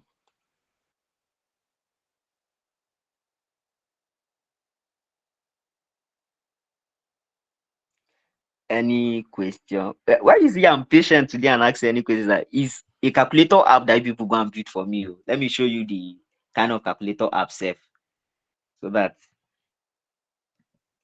But you are free to choose any UI of your choice. All right. So this is the kind of calculator app I want you guys to do. That will be your first project.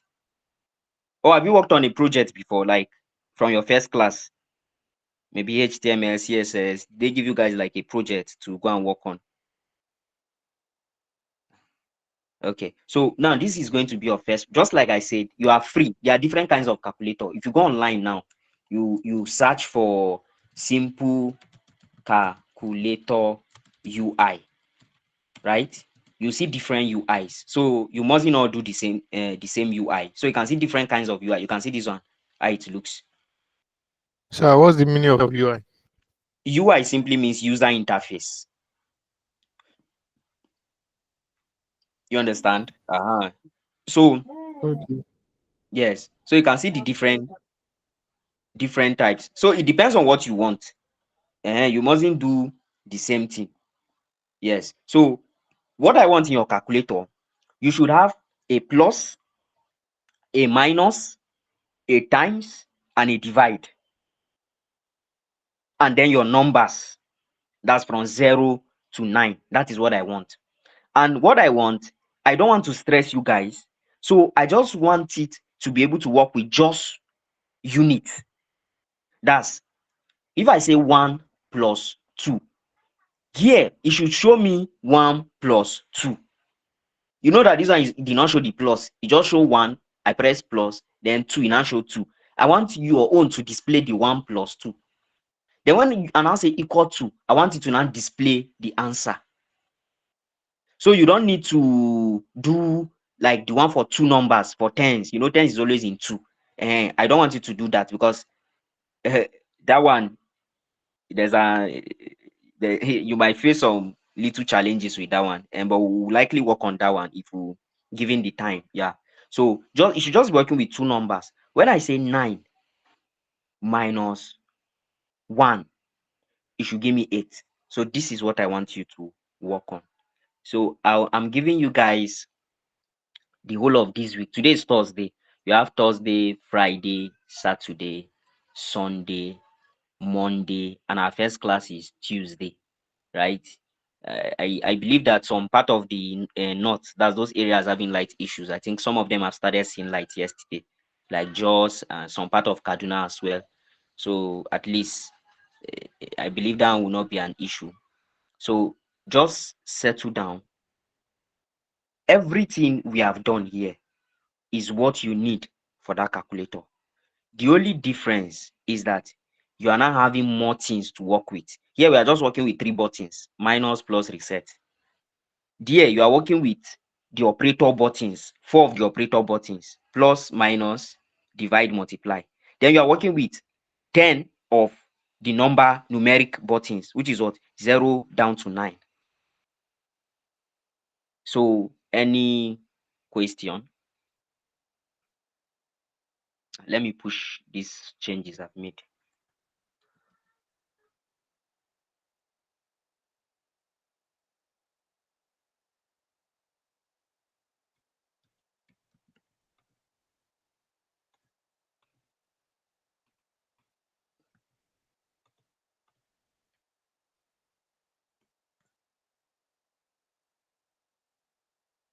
All right. So Yeah, yes, sir. I said, okay. I don't know whether maybe the sub mentors will still like elaborate on the assignment you gave us because I didn't really hear you that time. I'm still having that network. That's why I'm going and coming on. Oh, okay. Yeah, sorry. And no problem. I believe they are going to do that. All right. When do you guys normally meet? I it seems you normally meet on Friday, right? No, Saturdays. Yes. Okay. How many hours? Just one. One. That Yes. 1 hour might not be enough because I would have said let me do a part of the calculator app for you to see how it works. So you now go back and implement your own. But then that 1 hour might not be enough because I always want my my class to be interactive, to be able to clarify all questions and all of that. Um, why will I rush through a class when I at the end of the day nobody will understand? It doesn't make sense.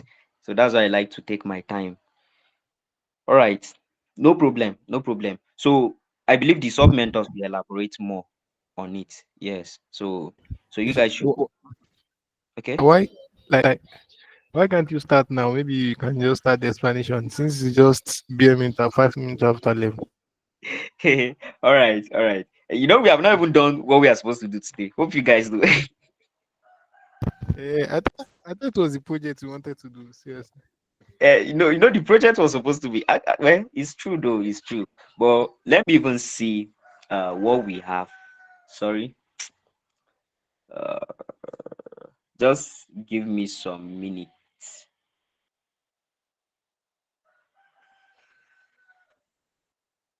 right? Let me quickly get what we are supposed to do today. Because what we are supposed to do today too is very important. I believe you guys did forms in HTML and CSS. So we are supposed to look at form validation because I believe they have shown you guys they have taught you guys form validation, isn't it? In HTML. That's form validation in HTML. So we are supposed to do that in CSS today. Uh, okay. Uh, okay. No problem. Let's see what we can do before time. Yes. And you people, because I heard Debat and David talking about how they normally come together time to time, right? To code and all of that. So if you guys can do that concerning the calculator, you can come together and brainstorm. So I believe it's going to be much better. All right. By the time this one bring his own idea, that one bring our own idea, and then before you know, uh, you guys are good to go. Yeah. One more thing, sir. I think the resources, we don't get resources early enough, Okay. honestly, because most times we would have sessions like this, and then you keep asking for resources, and then it comes late, and then maybe you would have to learn another new thing. You will not have time to go back to those resources. So, if it is possible, we can actually do our research and read online, but there is this joy when you know that you are in a confined space and there are things they teach you if you can get a recap of it every time. Okay. So the resources should please come earlier than it is. Earlier. Yeah. Okay. No problem. I think the sub mentor is taking note of that. So we are sorry for that. So I believe from now henceforth, you guys will always get the resources on time. All right. So ordinarily, this is what we are supposed to do today. So let's see where we can cover it to, and then probably we'll finish up next time and do anything we are supposed to do.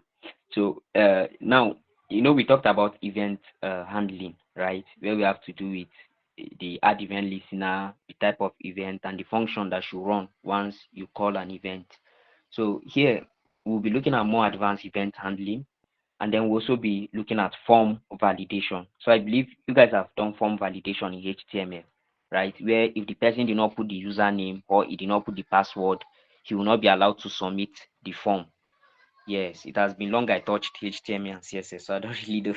Yeah. So now, if you look at more advanced event handling, right? There are majorly three advanced form of event handling. The first one you have is event propagation. The second one you have is event delegation. And then third one you have is preventing default behavior. All right. So now, what is event propagation? Event propagation is the process by which an event is passed through the DOM tree from the target element to the root element. Event propagation is a way of defining the element order when an event occurs. So under event propagation, there are two kinds. There's event bubbling and there's event capturing. Now, what this event propagation simply means, let me show you something. I'm coming. DOM 3 JavaScript.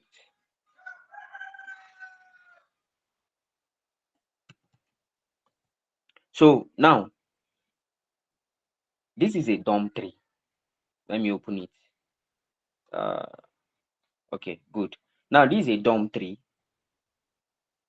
Hope it's clear. It's clear enough, like everybody can see this. So this is a DOM 3. Now, what this event propagation is all about is, now, let's say I created an event. Sorry, need to close this one. Let's say I created an event, and the event is supposed to be a click that once I click on this H1, right, maybe something is going to happen.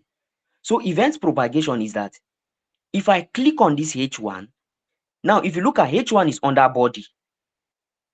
Now body 2 is going to be affected. Now after the event must have gotten to the body, from the head to the body, header, where it starts from, where it started from, it will go to the body. From the body, it will go to the HTML. From the HTML, it will go down to the document. So it's more like a recursive kind of a thing, from the target to the parent of the target, to the parent of that one, to the parent of that one, until it gets to our main document. So that is where it is. So that's what this event propagation is all about. That's why it says it's the process by which an event is passed through the DOM tree from the target element to the root element. We know root element already. I think we did that. Let me see.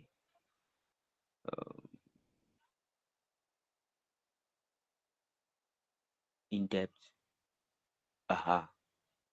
So let me quickly.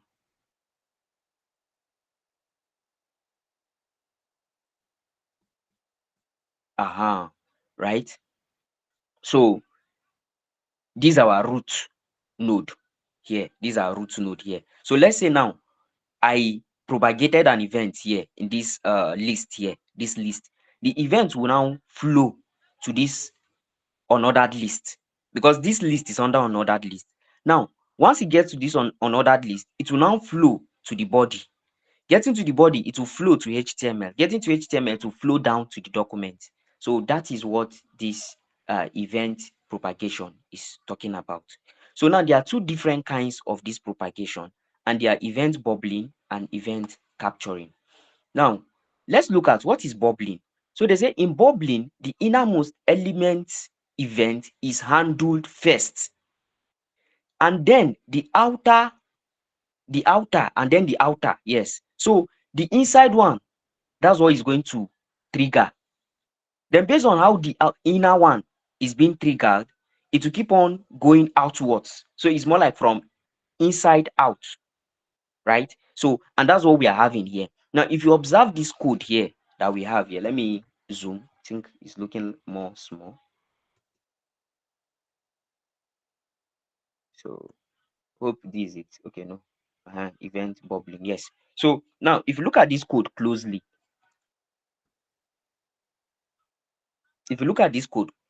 what is happening here? Of course, you understand the structure. These are HTML. Now we are having a div, which we gave an ID of outer div. and then a text inside of the div called outer div. We now have another one inside of this div, a paragraph tag inside of this div with an ID of inner paragraph having a text inner paragraph. So from what this bubbling mean, it means that if I add any event to this inner paragraph, once I trigger that event, maybe I add a click event, once I click the inner paragraph, that click now is going to start from here, and then it will now move to this one here, this outer div. So let's look at the code that they are having here, right? Now it says, look at it, they add an event listener. Here they first of all got the element. This is the element of the outer div. And here they now add an event listener of click to it. And once they click it, it will alert. We have not actually used this alert. So alert, it will like pop up from your windows. We can even use it so that you see how it works. So it will now show you div click. Now, if you look at this one, we now added another event listener to the paragraph. That's the inner one. And then this paragraph, this inner one now, are you seeing what is happening? The function that is working on this one is taking in a parameter or argument, as the case may be in this case, called event, and then is also running here. So all this one is story. Normally, myself, I don't like stories. So let's do it practically and see. I'm going to open another folder. Okay, I think I'm here already. So MVDIR. So let's say in-depth DOM. Is it DOM line or event? In-depth or event? In-depth event and form. So cd in-depth. Yeah, so let me open my editor here. Then let me close this. So for this one, of course, I'll create my index.html. Next, I'll create my style.css, although I don't even think we'll have to make use of style. And then, of course, my script.js. So this one, of course, I have this. So first of all, I'm going to add my CSS, link it, and then I'm going to add my JavaScript. So always remember to add your defer. That's if you are adding it in this head region. Add your defer. So the defer could come either before or after this your source attribute. It does not matter, but always make sure you add it. So of course, we have a div. We can call this one ID. We call it outer div, right? So this div is going to have, should we say, okay, let's say it's going to have, okay, let's just say to have a paragraph, and then called I am the outer div, right? Yes. So then inside this div, we are now still going to have another inner div, right? And a paragraph called I am the inner div. So this outer div, now just like what I was explaining in the bubbling, is that when you click an inner element, the event will go and even affect even the outer element. That's why you see I'm putting this div inside of this outer div. It's just to illustrate, a way of illustrating what I was trying to explain. So now we'll go to our script. Of course, we need to use querySelector to select this and also to select this. That's both the outer div and the inner div. All right. So okay, let me see. Outer div, inner div. Okay, let me give this P. Should I even give it anything?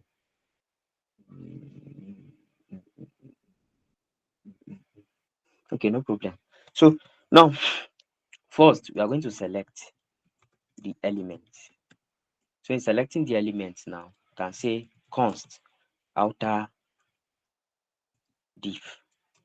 outer div element. So outer div element, we use what? Document dot query selector, and then let's see what's the okay. We gave it an ID of actually outer div, so I'll copy it here, and then here is going to be an ID of outer div. So then we are going to select the inner one, inner div elem, and then we'll select, let's confirm. Yes, the ID is inner div. All right. So we're going to now add an event listener to first the outer div, and then we'll now come and add it to the inner div. So we'll now say add event listener. So to the outer div now, of course, we'll select the outer div element dot, we'll add event listener. Event listener of what are we adding? Click. All right. So, and then if you look at what is happening here, this one is taking in event. So this outer one, I don't want it to take in any event. I just want it to be like this. The one that's going to take in an event will be the inner one. Then here now, we'll have the inner div, of course, taking in event. I'll remove this, taking in event. And once it takes in event, so what is happening here? We have selected outer div element. We have selected inner div element. Then next, we are adding event listener to the outer div in such a way, once I click the outer div, what it should do is that it should console.log. So this console.log, let's try alert instead. So just like I said, alert will actually pop up on your window, browser windows. And that's why console.log, you have to always go and check in your console.log. So that's just the difference between the two. So now, what is happening here? By the time I click on this inner div, what is going to happen is that this one is going to propagate this one, and then running this function now that we have here is going to alert us and show us inner div clicked.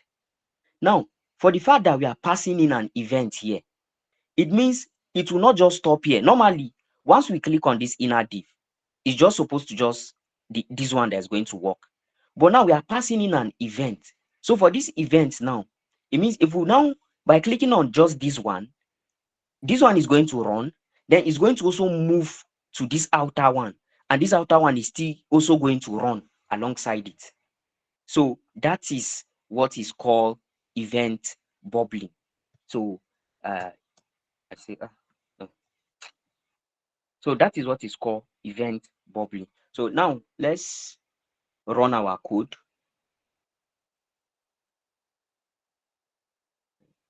Where is this thing? Go live. Right? So you see, this is the outer div, this is the inner div. So if I click on this inner div, what did you see? Inner div clicked normally. Then okay, outside div clicked. But did I click on outer div? Sorry, let me increase it. So let me do it again. Now this is the inner div, this is the outer div. So event bubbling says if I click on inner div, it's going to run the inner div code. Then it will now also go up and also run that of the outer div. So if I click this one, I am the inner div clicked. Now if I press OK, it's supposed to stop there. But because of that event bubbling, if I press OK, it will go and trigger the event of this outer div. And then look at what it's saying. Outer div clicked. So that is what event bubbling is. So any question?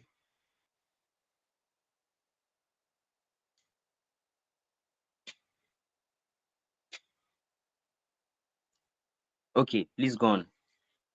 Profile. So yes, sir.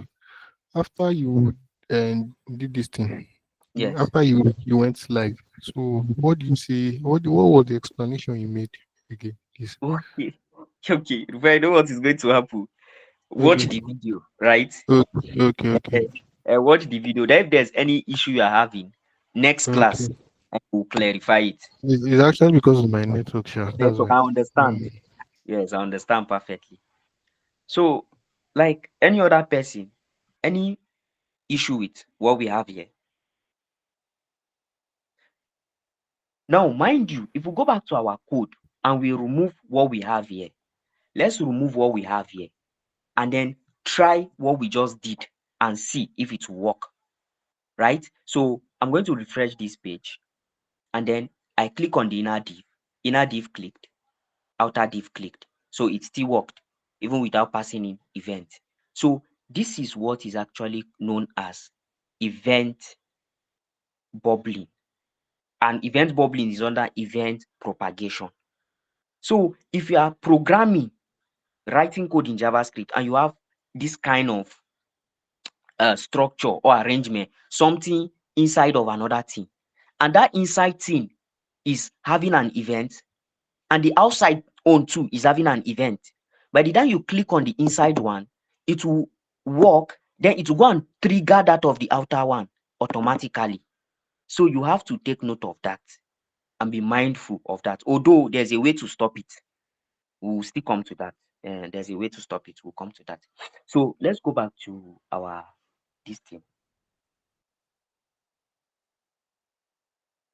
So that's event. Now they say use event dot stop propagation to what?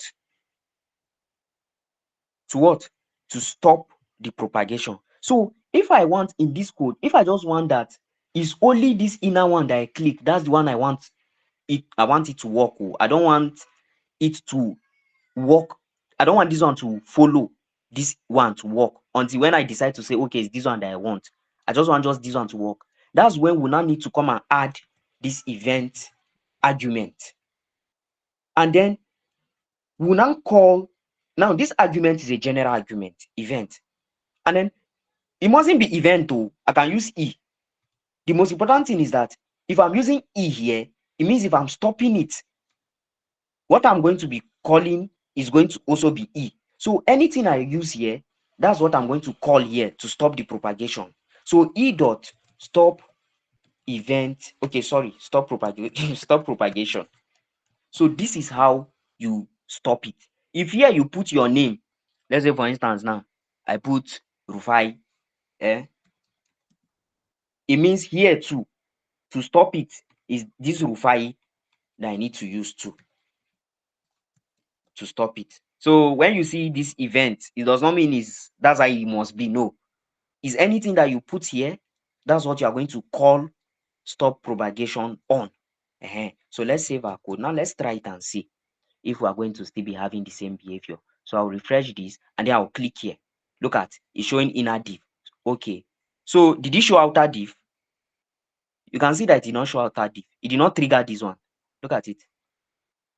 It's only when I now come here and I click this one, that's when the outer div on will now work. So is there any question for event bubbling under event propagation?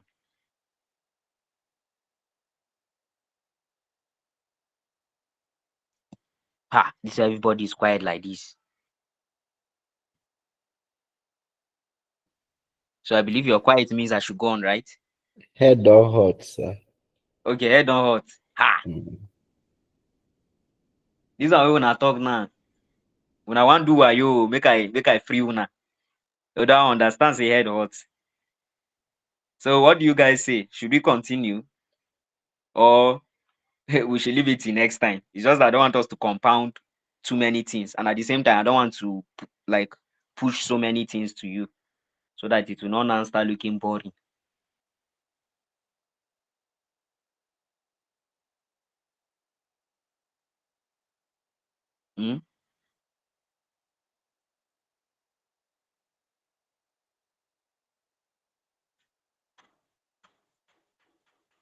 So what do you say? Okay, Ruben, please go on. This thing is quite confusing, walai. Head don't hurt. Okay, I love the fact that you guys are actually you are truthful and you are direct, right? So Fatima Alpha, your head cool, ice block to your side. I be your own my hot. Okay, you like say Fatima get ice block cool. So I head never catch fire. You guys are tempting me to move this thing. But just that if I move it now, we'll still be having. Okay, so can we do this? Can I continue? Then later you go back to the video. Then if there's any question before we start our next class, then we arrest it. What about that? Okay. Thank you, Rufai.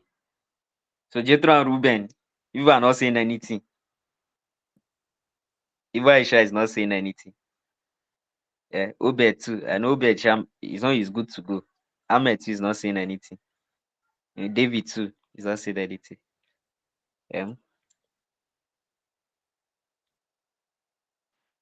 Okay. So David say good to go. All right. So I'll just explain this. Then just like I said, try and go through the video. If there's any issue, we'll tackle it.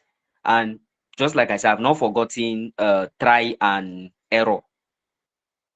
Try and catch. I've not, that's exceptions.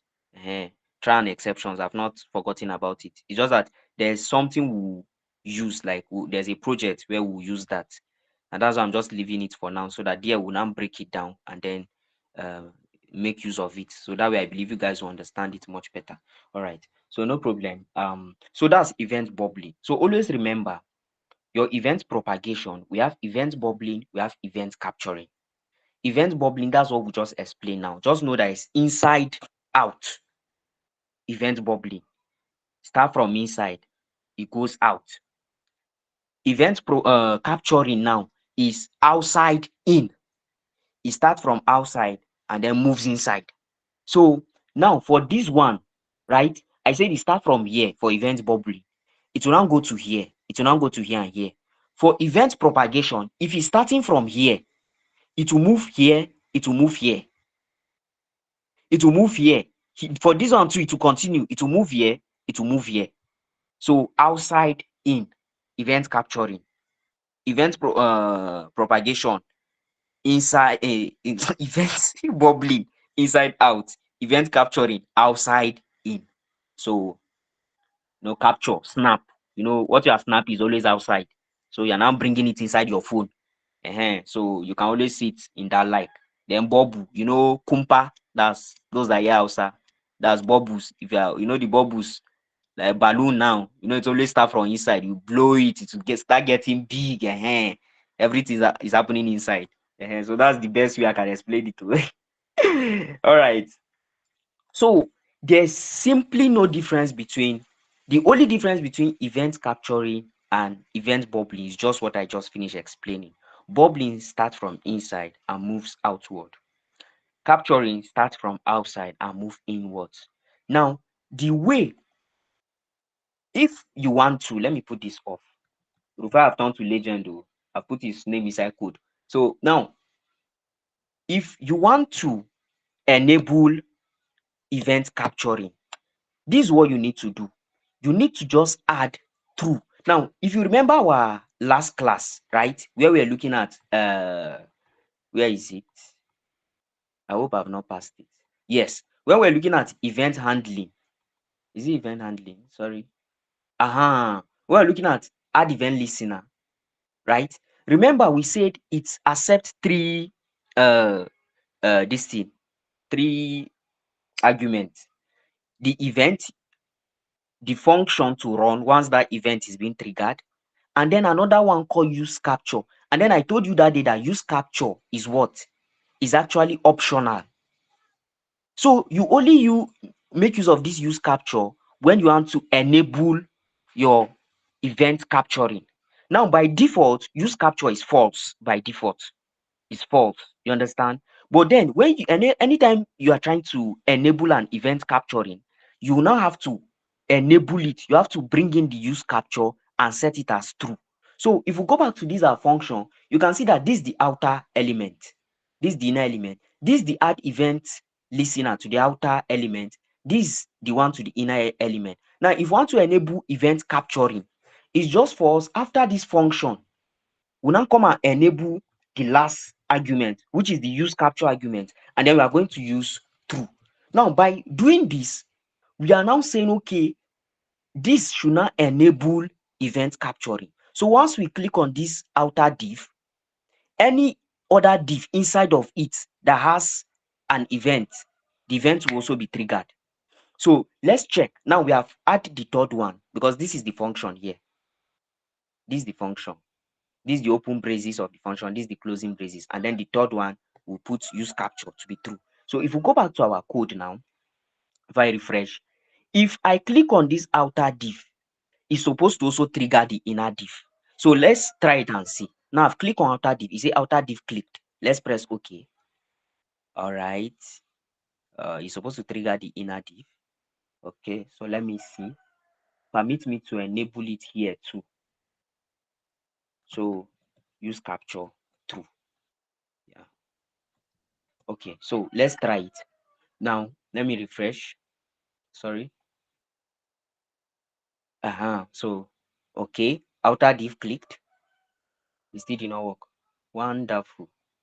It means there's a problem somewhere. It's supposed to work.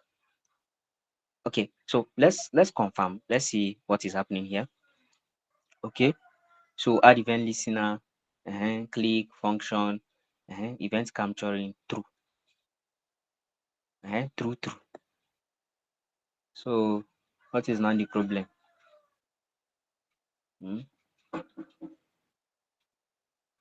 Sorry.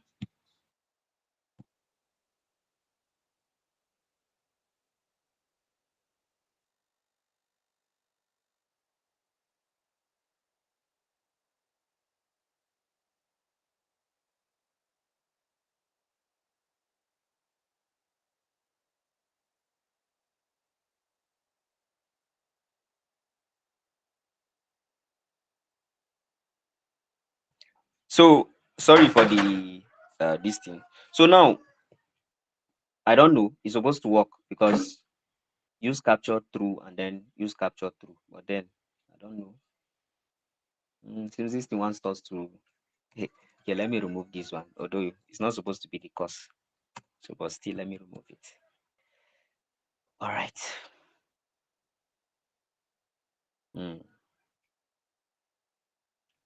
Okay, let's try it and see. It's not still working. Okay. Oh, I know where the problem is. So actually we are still supposed to click on the inner div, right? That's the most inside one, but then it's not going to start from the inside one. It's going to start from the outside one. Sorry, I was clicking at the wrong element. So if we click on the inner div, you now find out that it did not trigger this inner div first. What it's doing is to trigger the outer div. You can see it here, outer div clicked. So it's when I now press OK, then it will now go ahead and then trigger the inner div. So here now you are now seeing inner div clicked. All right. So unlike the other, so this is the event capturing, and then this other one is the event bubbling. That's the one where you remove this true, and also you remove this true here. So once you leave it this way, definitely what you're going to have is an event bubbling. That's the inside first and then the outside. So if we click on this, you see inner div clicked. Okay, outer div clicked. So any question? So the true is what separates them. Yes, exactly. So when you put true, what it means that you have switched from bubbling to capturing. But by default, what you always have is bubbling. So any other question before we move?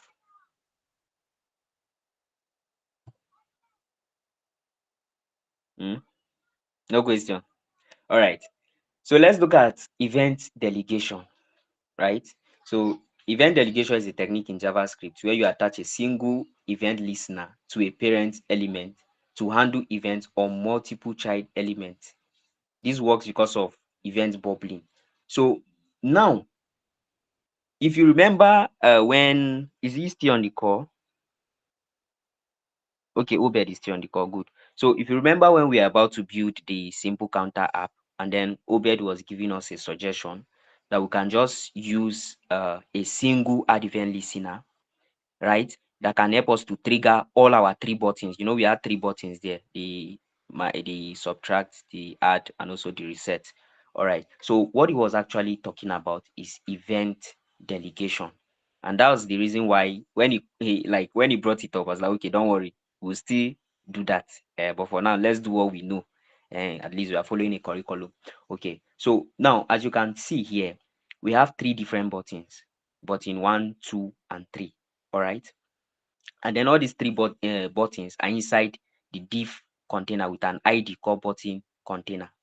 So, and here the the JavaScript code, you can see that they selected the element, the div element having ID of button using an ID selector, and then they now added an event listener called an event called click, right? And they are now running this function. Now look at what is happening here. Look at what they are doing here. Their function, that's the function they are passing into their getElementById, is carrying an argument called event. Just like I said, this one can be anything. It mustn't be event. It could be your name, it could be it could be anything. But anything you are putting here, make sure it's the same thing you are using in your code. So event, now we have, now here is now checking if event.target.tag name. So you see here they are targeting the tag name. So you can target different things. So that's why I say use the event.target property to refer to whatsoever property you are targeting. In the case of our code above, the property that was targeted is tag name. So you can check for class name, I think even ID. You can target ID as well. All right. So now they are targeting the tag name. And then they are saying if the tag name is button, then it should now change the text of the button to clicked. Now, the text of all the buttons here, for this one is button 1, for this is button 2, and for this is button 3. But by this, by just with just a single click, it will change the text content of all of them from button 1, 2, and 3. All of them will now become clicked. And then this one is just an alert to show you that, okay, this is what has actually happened. So let's look at it. Let's look at our code. Let me create another file, or let me just use this file instead. So here I'm going to create another div, and then my div is going to have a button.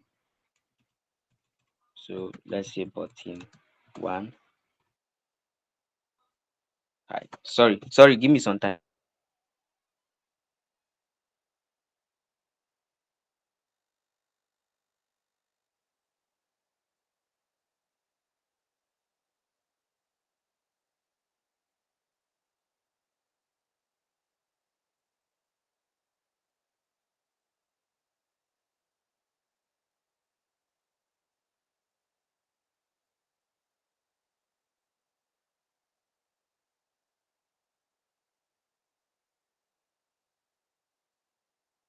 Okay, so sorry for the interruption.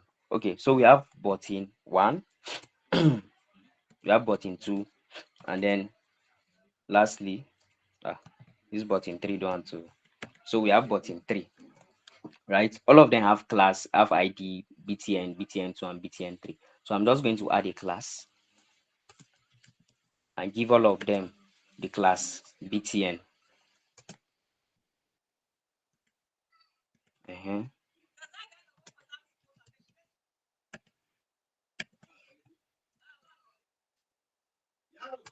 Yes, sir.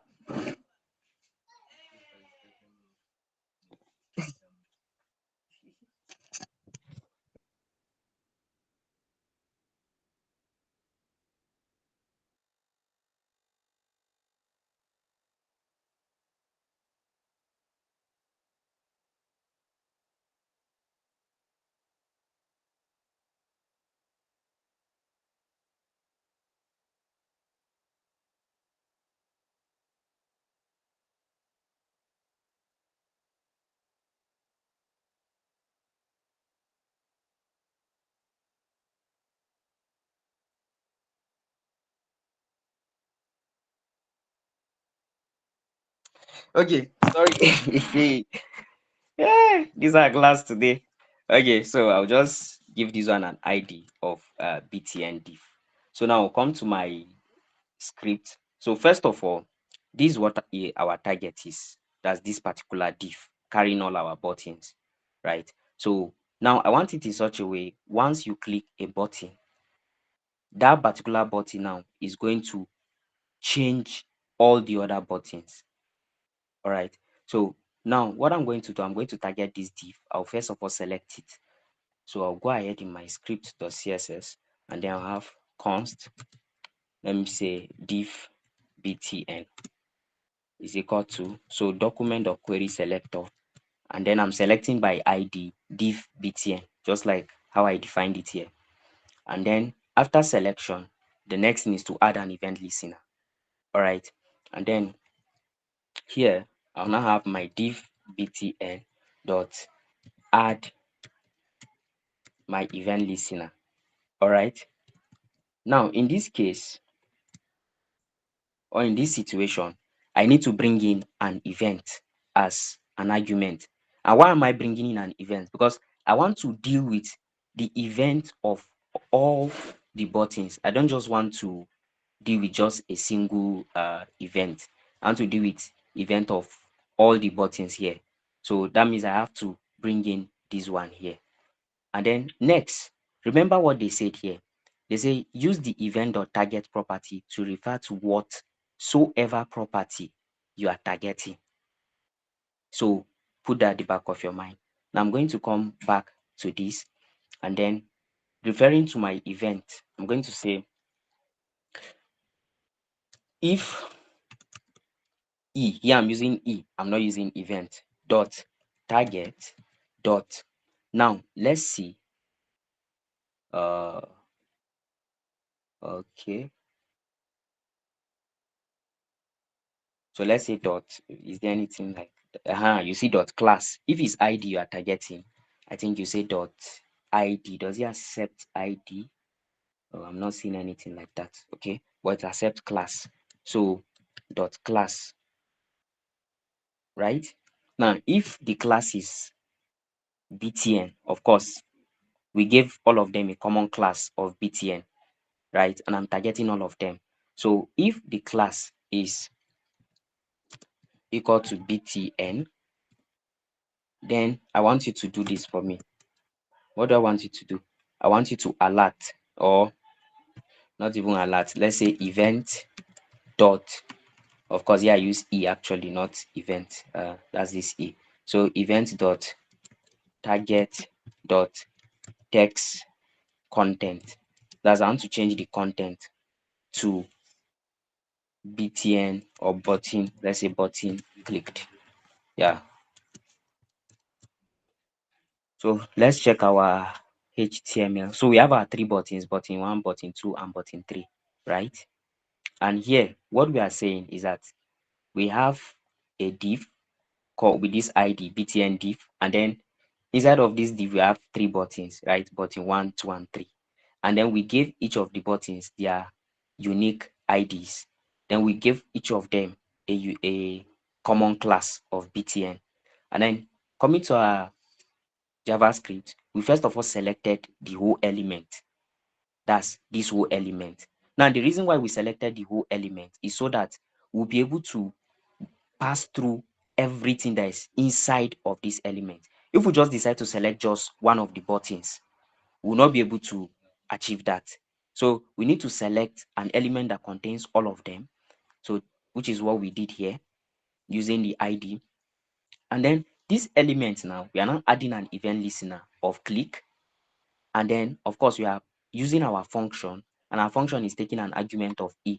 Now I told you that the reason why we have to bring in this one here in this case, in this case where we need when we needed to bring this is when we wanted to stop this propagation. That's when we brought an argument here. So also we are bringing an argument here also, because why? Because we want to target everything here that has a class called BTN. That's what we want to target. All right, so that's why we did this. So this one now, e.target is the common, what you always use to target. The E will always come from here. So if I change this one to maybe let's say G, it means this one too is going to become G.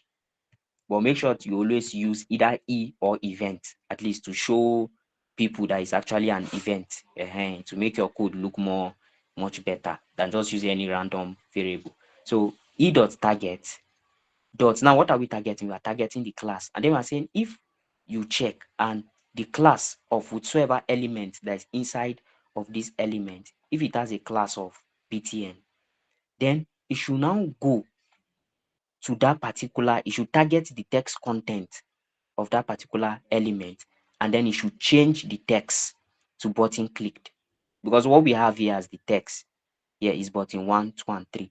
So let's now check our code if it's going to work. So I'm going to refresh it, and then I'll click on this. So what is happening? So that ID name, you are supposed to put btn div instead of. Okay, this one. Yes.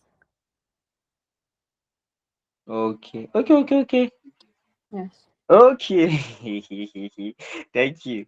So it's supposed to be btn div, right? That's true.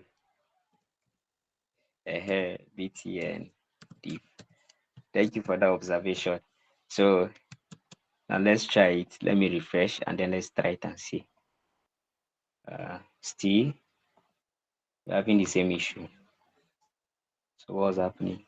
btn div and div.btn add event listener, click function, and if e dot target. Okay, let me console log. Let me even be sure that it's working.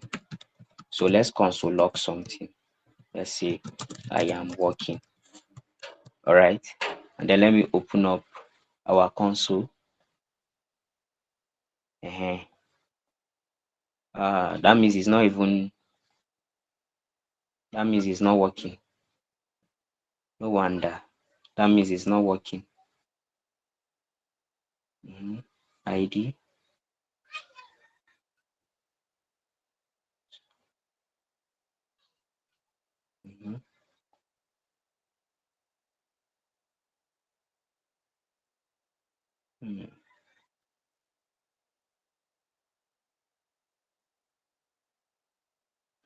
btnd.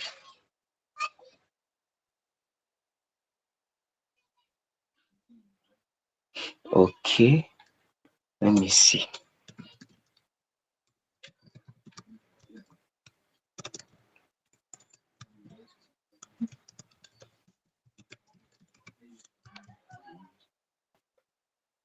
Okay, that means this one does not have any issue, this particular, and since this console log is working, that means where our problem is coming from is from this place. This Maybe if it's that in that class that you put. Maybe we can change it to the tag name and see. It's true. So, or let me, is there anything like class name? I doubt. Let's confirm though. Oh, okay, it's actually class name, sorry, not class. So you can see it's working. So it's actually class name. No wonder. All right, so if this, then should print I'm working, then e.target.text content equal to button clicked.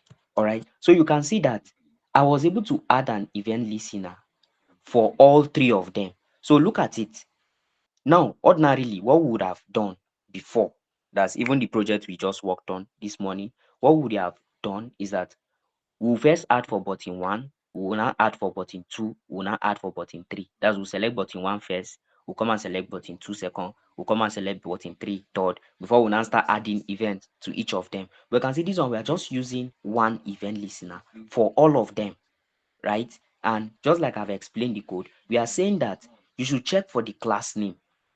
If the class name is btn, anyone that the class name is btn, once I click on it, it should change the text from what it is to what is here, button clicked. So if you come here, if I click on button 1, look, it has changed to button clicked. If I click on 3, it has changed to button clicked. If I click on 2, it has changed to button clicked. So is there any question?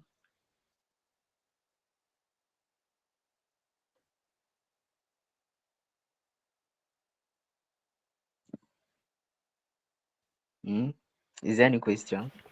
So for this particular example, Yes. we have three buttons, and then we are Yes. having the same ID and the same class name. So in Yes. situations whereby you want to use this event delegation, and then two of the buttons are similar and one is different. Yeah. So you need to do, how do you do it at that moment? Okay. Like you can only, if you want to use it for, let's say, 3 buttons, you have to give those buttons the same class name. You understand? You have to give all of them the same class name for it to work, because since here we are checking with class name, once I mistakenly change the class name of, let's say, let me change the class name of button 1 to btn1. Now you can see that the class for button 1 is no longer the same with that of 2 and 3. So if I click on 1, look at, it's not going to work. But if I click on 2 and 3, it's going to work. So in that case, if you are having a button with a different class and you want to also do event delegation, right, to all the buttons, including that one, you have to now add the class of that one. You have to add the class. You have to make it have a common class with the others as well. So now, although it has a class btn1, we are also adding another class btn to it, so that it's going to be the same with the other two. So if we try it now, right, let me come in, let me save. Now if we try it, button click, okay, let me try this one, btn, then btn1. Okay, okay. This check is actually a strict check. I just remembered now. So if this is equal to btn, this one is a strict check. So for this one to work, it has to be this exact same thing, btn1, for it to work, because it's a strict check. But there's a way around this, right? There's a way around this. If this dot, I'm not sure, but let me see, dot contains btn. I think this is it. Okay, it's not contained. There's a this thing method for it. I can't remember now, because we are supposed to look at methods next week. So if we look at method next week, we can come back to the code and make Is that it adjustment. include? Maybe you can use Okay, include. let's try it. Dot include. Is it plural or singular? Sef? Okay, it's not showing me. Okay, dot include btn. So let's see. So you can see that it's now working, despite the fact this one has, if you look at it, it has two. Where is it? Where's our code? If you look at it, it has both btn1 and btn class. So this dot include it to check. So far it has btn inside of it. It's going to trigger it. So that one we used at first, that equal to, is a strict check. So given that is, as it is now, the class is not just btn, it's btn and btn1. So that equal to is a strict check. It will only work when it is just btn. So by using this one dot include, we are trying to say, okay, if the class name actually have btn in it, then you should go ahead and pick it up. So that's why when we click on this one, you see button clicked, and then button clicked.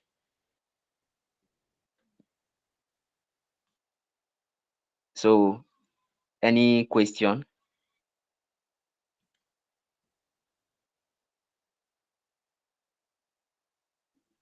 All right. We'll still look at methods, string, array methods, like that. So once we look at that, that's where you know where all this one is coming from. This dot includes and all of that. Dot uppercase to uppercase, dot to lowercase. Is there any question?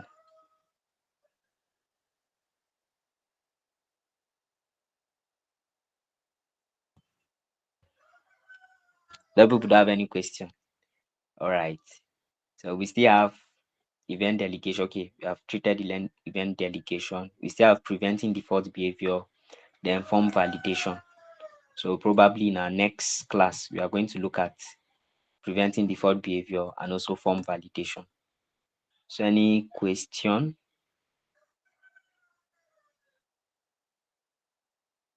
We are right on time. Okay, we are right on time. All right. So you can actually try practice 1 and 2, right? Event or target. Yes. Event or prevent. No, we have not entered this one. So don't bother about 3. So from 3 downward, you leave it for now, right? So the one we are going to do is 1. The one you should do is 1 and 2. So try practice 1 and 2. And then go through the materials as well as the video if possible. Then don't forget what I asked you guys to build, your calculator app. It should be ready on, okay, I don't know, the sub mentors will deal with that, all right, but then just know that you have an assignment. All right, so if you take this, please go on. So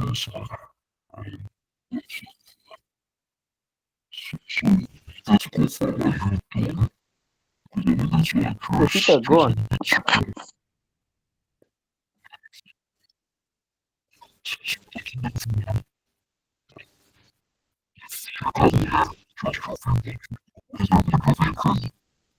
Like we're not hearing you well, Peter.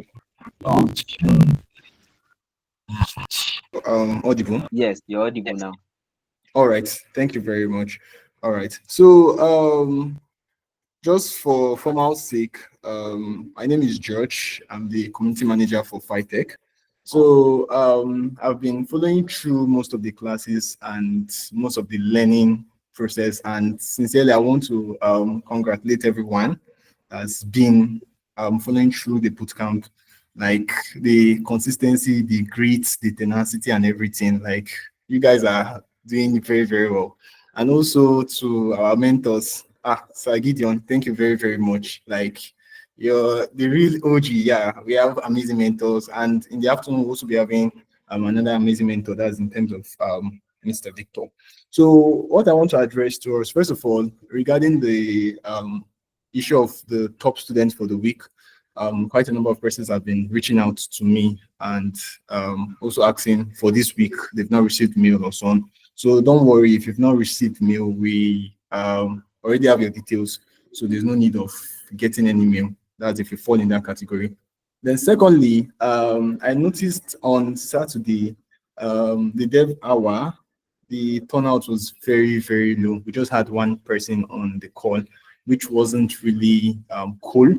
So though the dev hour is not, let me use the word, it's not so compulsory to attend, because we just put it for those that have issues and challenges, but it's also advisable that you attend that development, because that's where the sub mentors are very much available to provide support to everyone. So I want to encourage us, because this Saturday I will still be around on the call, and also with some of the sub mentors. Please, let's try to attend that. Come in with your questions. As you can see, things are becoming more tougher. Though I know your mentor say that JavaScript is not hard, truth be told, but things are becoming more tougher, and there's now more and more that we are doing. So please, this is the right time to maximize that period. So come along with those stuffs. If you're stuck at any point, please and please come along with that. And the sub mentors, we have one on the call, that's in terms of Eliezer. They are very solid. And also, I think John will be joining in the afternoon. Very, very solid developers.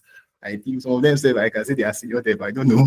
Very solid guys. So please come along with those questions, and wherever you're stuck, feel free to also reach out to them. So don't just be doing solo. Try to work with these guys, because they are ready to help out, please. And in case of any other thing that is regarding the boot camp and so on, also feel free to reach out to us. Then lastly, again, I just want to also encourage us, as we have come to this point, the journey might not get easier. So please don't drop off. Just keep on the consistency you've started from beginning. Just keep it up, keep on pushing and so on. And we're also making plans for, at the end of the whole bootcamp, there'll be an hackathon that will be coming up to those that are not aware. So you can start planning out for that hackathon, and also would also be having projects from every student. So from now on, so you can start thinking of what we love to build or what you want to build. And if you were on the onboarding call with our partners, that's the Remo starts. They also mentioned that they will be giving some internship slots to some of our graduates. So we would like to have really solid developers. So whatever we are learning, assignments you are doing, I know now it's time of AI, now it's time of so many things online and so on. Please make sure you're learning, make sure you're not just copying and pasting and trying to follow through. Just make sure that you are really learning. And that's why if you don't understand anything, just reach out to the sub mentors to help you. So that's just the little thing I want to address. Hopefully, I will still make this address in the afternoon class, but just in case I'm unavailable to say same thing, please try to pass it across to your peers, and we are good to go. So the recording for the onboarding, okay.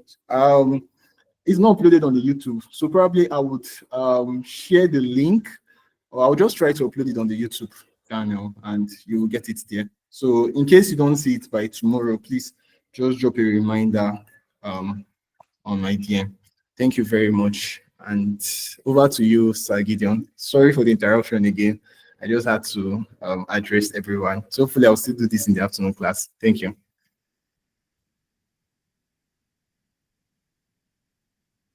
Sir Gideon, you're muted. You can go on, please. I'm done. Okay. So thank you, community manager, Satek. Sir George, look at me, say Satek. Hey God, Tech will not wound me. All right. So just like you say, I also want to appreciate you guys for your consistency, right?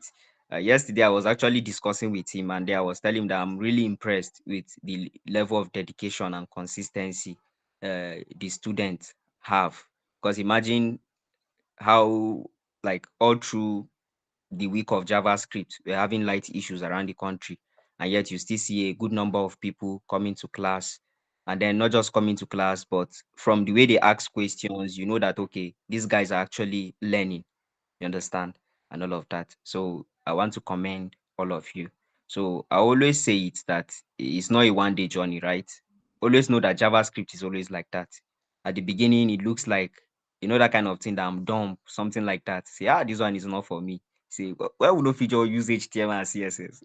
You know, all those kind of things. But then, so far you are dealing with the web, JavaScript is king. And I don't even think there's anything close to dethroning JavaScript. So that's why it's painful, but then it's for to let you know that you don't just have a choice. You understand? So put your heart to it. Every assignment they give you, try your best. You mustn't get it 100%. 50% is still fair, right? Because you get 50% today does not mean you always keep getting 50%. It only means that you need to improve yourself by more, like 50% more. So that's how I look at life. I don't look at life that I failed, I'm a failure. No, I look at life that okay, I got 30% out of 100. So what am I missing? You understand? So that's how I look at life. So do your quiz, do your assignment, build projects. You can go on the internet, search for project idea, and then do project. So that's it. So Fitech, please, you can go on. I think me, I'm done. Okay, so sorry about that. So okay, after this, I can end, the class can end, right? Yes, please, it can. Okay, all right. So sorry about the overshoot. I just remembered something, and that was also raised by the community project manager too. We are now also tweeting our experiences on the class. You know, we also encourage both the top students, those that are doing well, what you're learning. Just keep on tweeting and tagging us. I noticed just quite few persons that are tweeting and tagging us, and sincerely, we are checking out all these stuff, we are following it and so on. So please, that's part of the way you also learn and show out, put up what you're doing out there. So as much as we are learning, please let's endeavor to tweet about it and tag us. Today we've learned events capturing, we've learned some things on the DOM and so on. Please and please tweet about them, projects you've worked on, assignments you've built and stuff like that.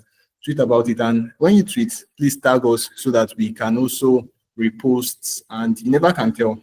So that's just it, because our level of engagement online from the student is very, very low.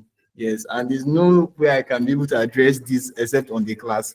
So sorry I interrupted the part of the class, though I had to wait till the end to say this. So let's try to tweet and make noise on Twitter and tag us. And thank you very much, everyone. And I will say have a nice day. Thank you for the class, Sir Gideon. Thank you everyone for joining. So have a nice day. All right. Thank you, everybody. So have a nice day.